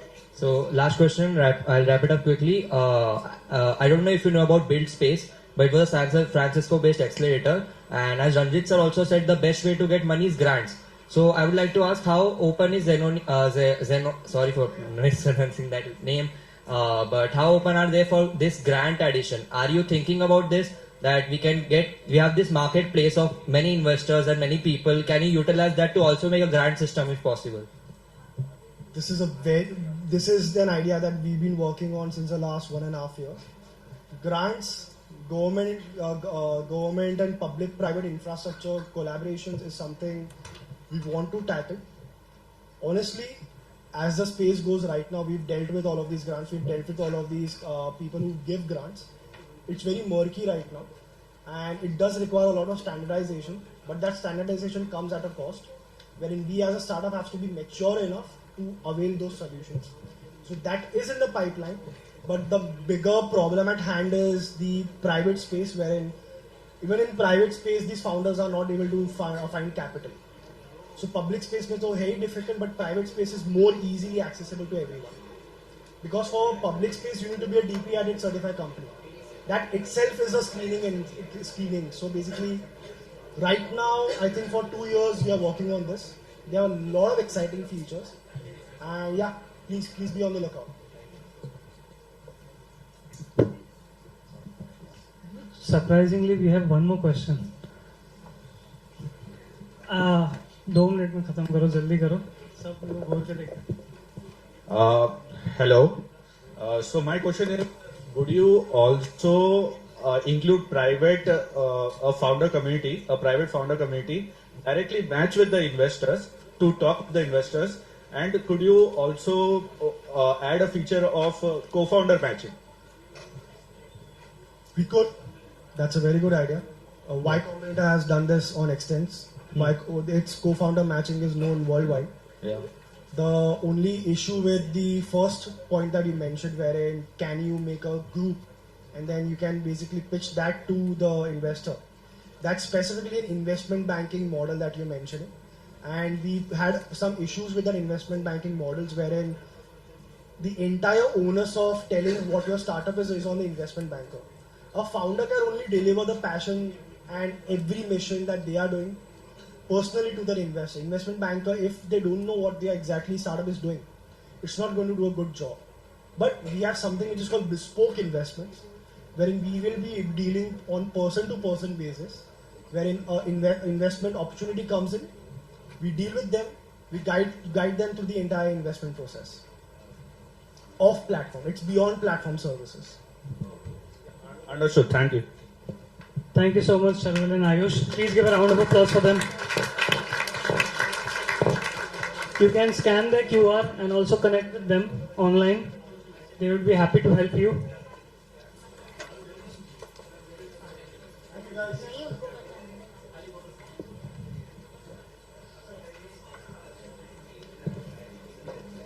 So before we move ahead, let's take a moment to thank Sharvil Ved sir and Ayush Shah sir for such an insightful and engaging segment. Sessions like these truly affect the spirit of Habitia, where learning goes beyond textbooks and helps us find real entrepreneurial skills.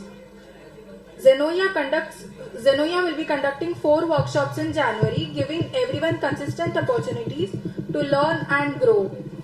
We strongly encourage everyone to make the most of this opportunity. Just a quick reminder, registration for the Zenoya workshops are open and the last day to register is 31st December. So if you haven't registered yet, please take a moment to scan the QR code and fill the form before the deadline. Now we'll be taking a short break. You're welcome to visit the canteen, enjoy the food stalls, relax and refresh yourselves. Please be back on time, that is 2 p.m. and we'll continue the next segment, that is Innovate to Incubate as scheduled.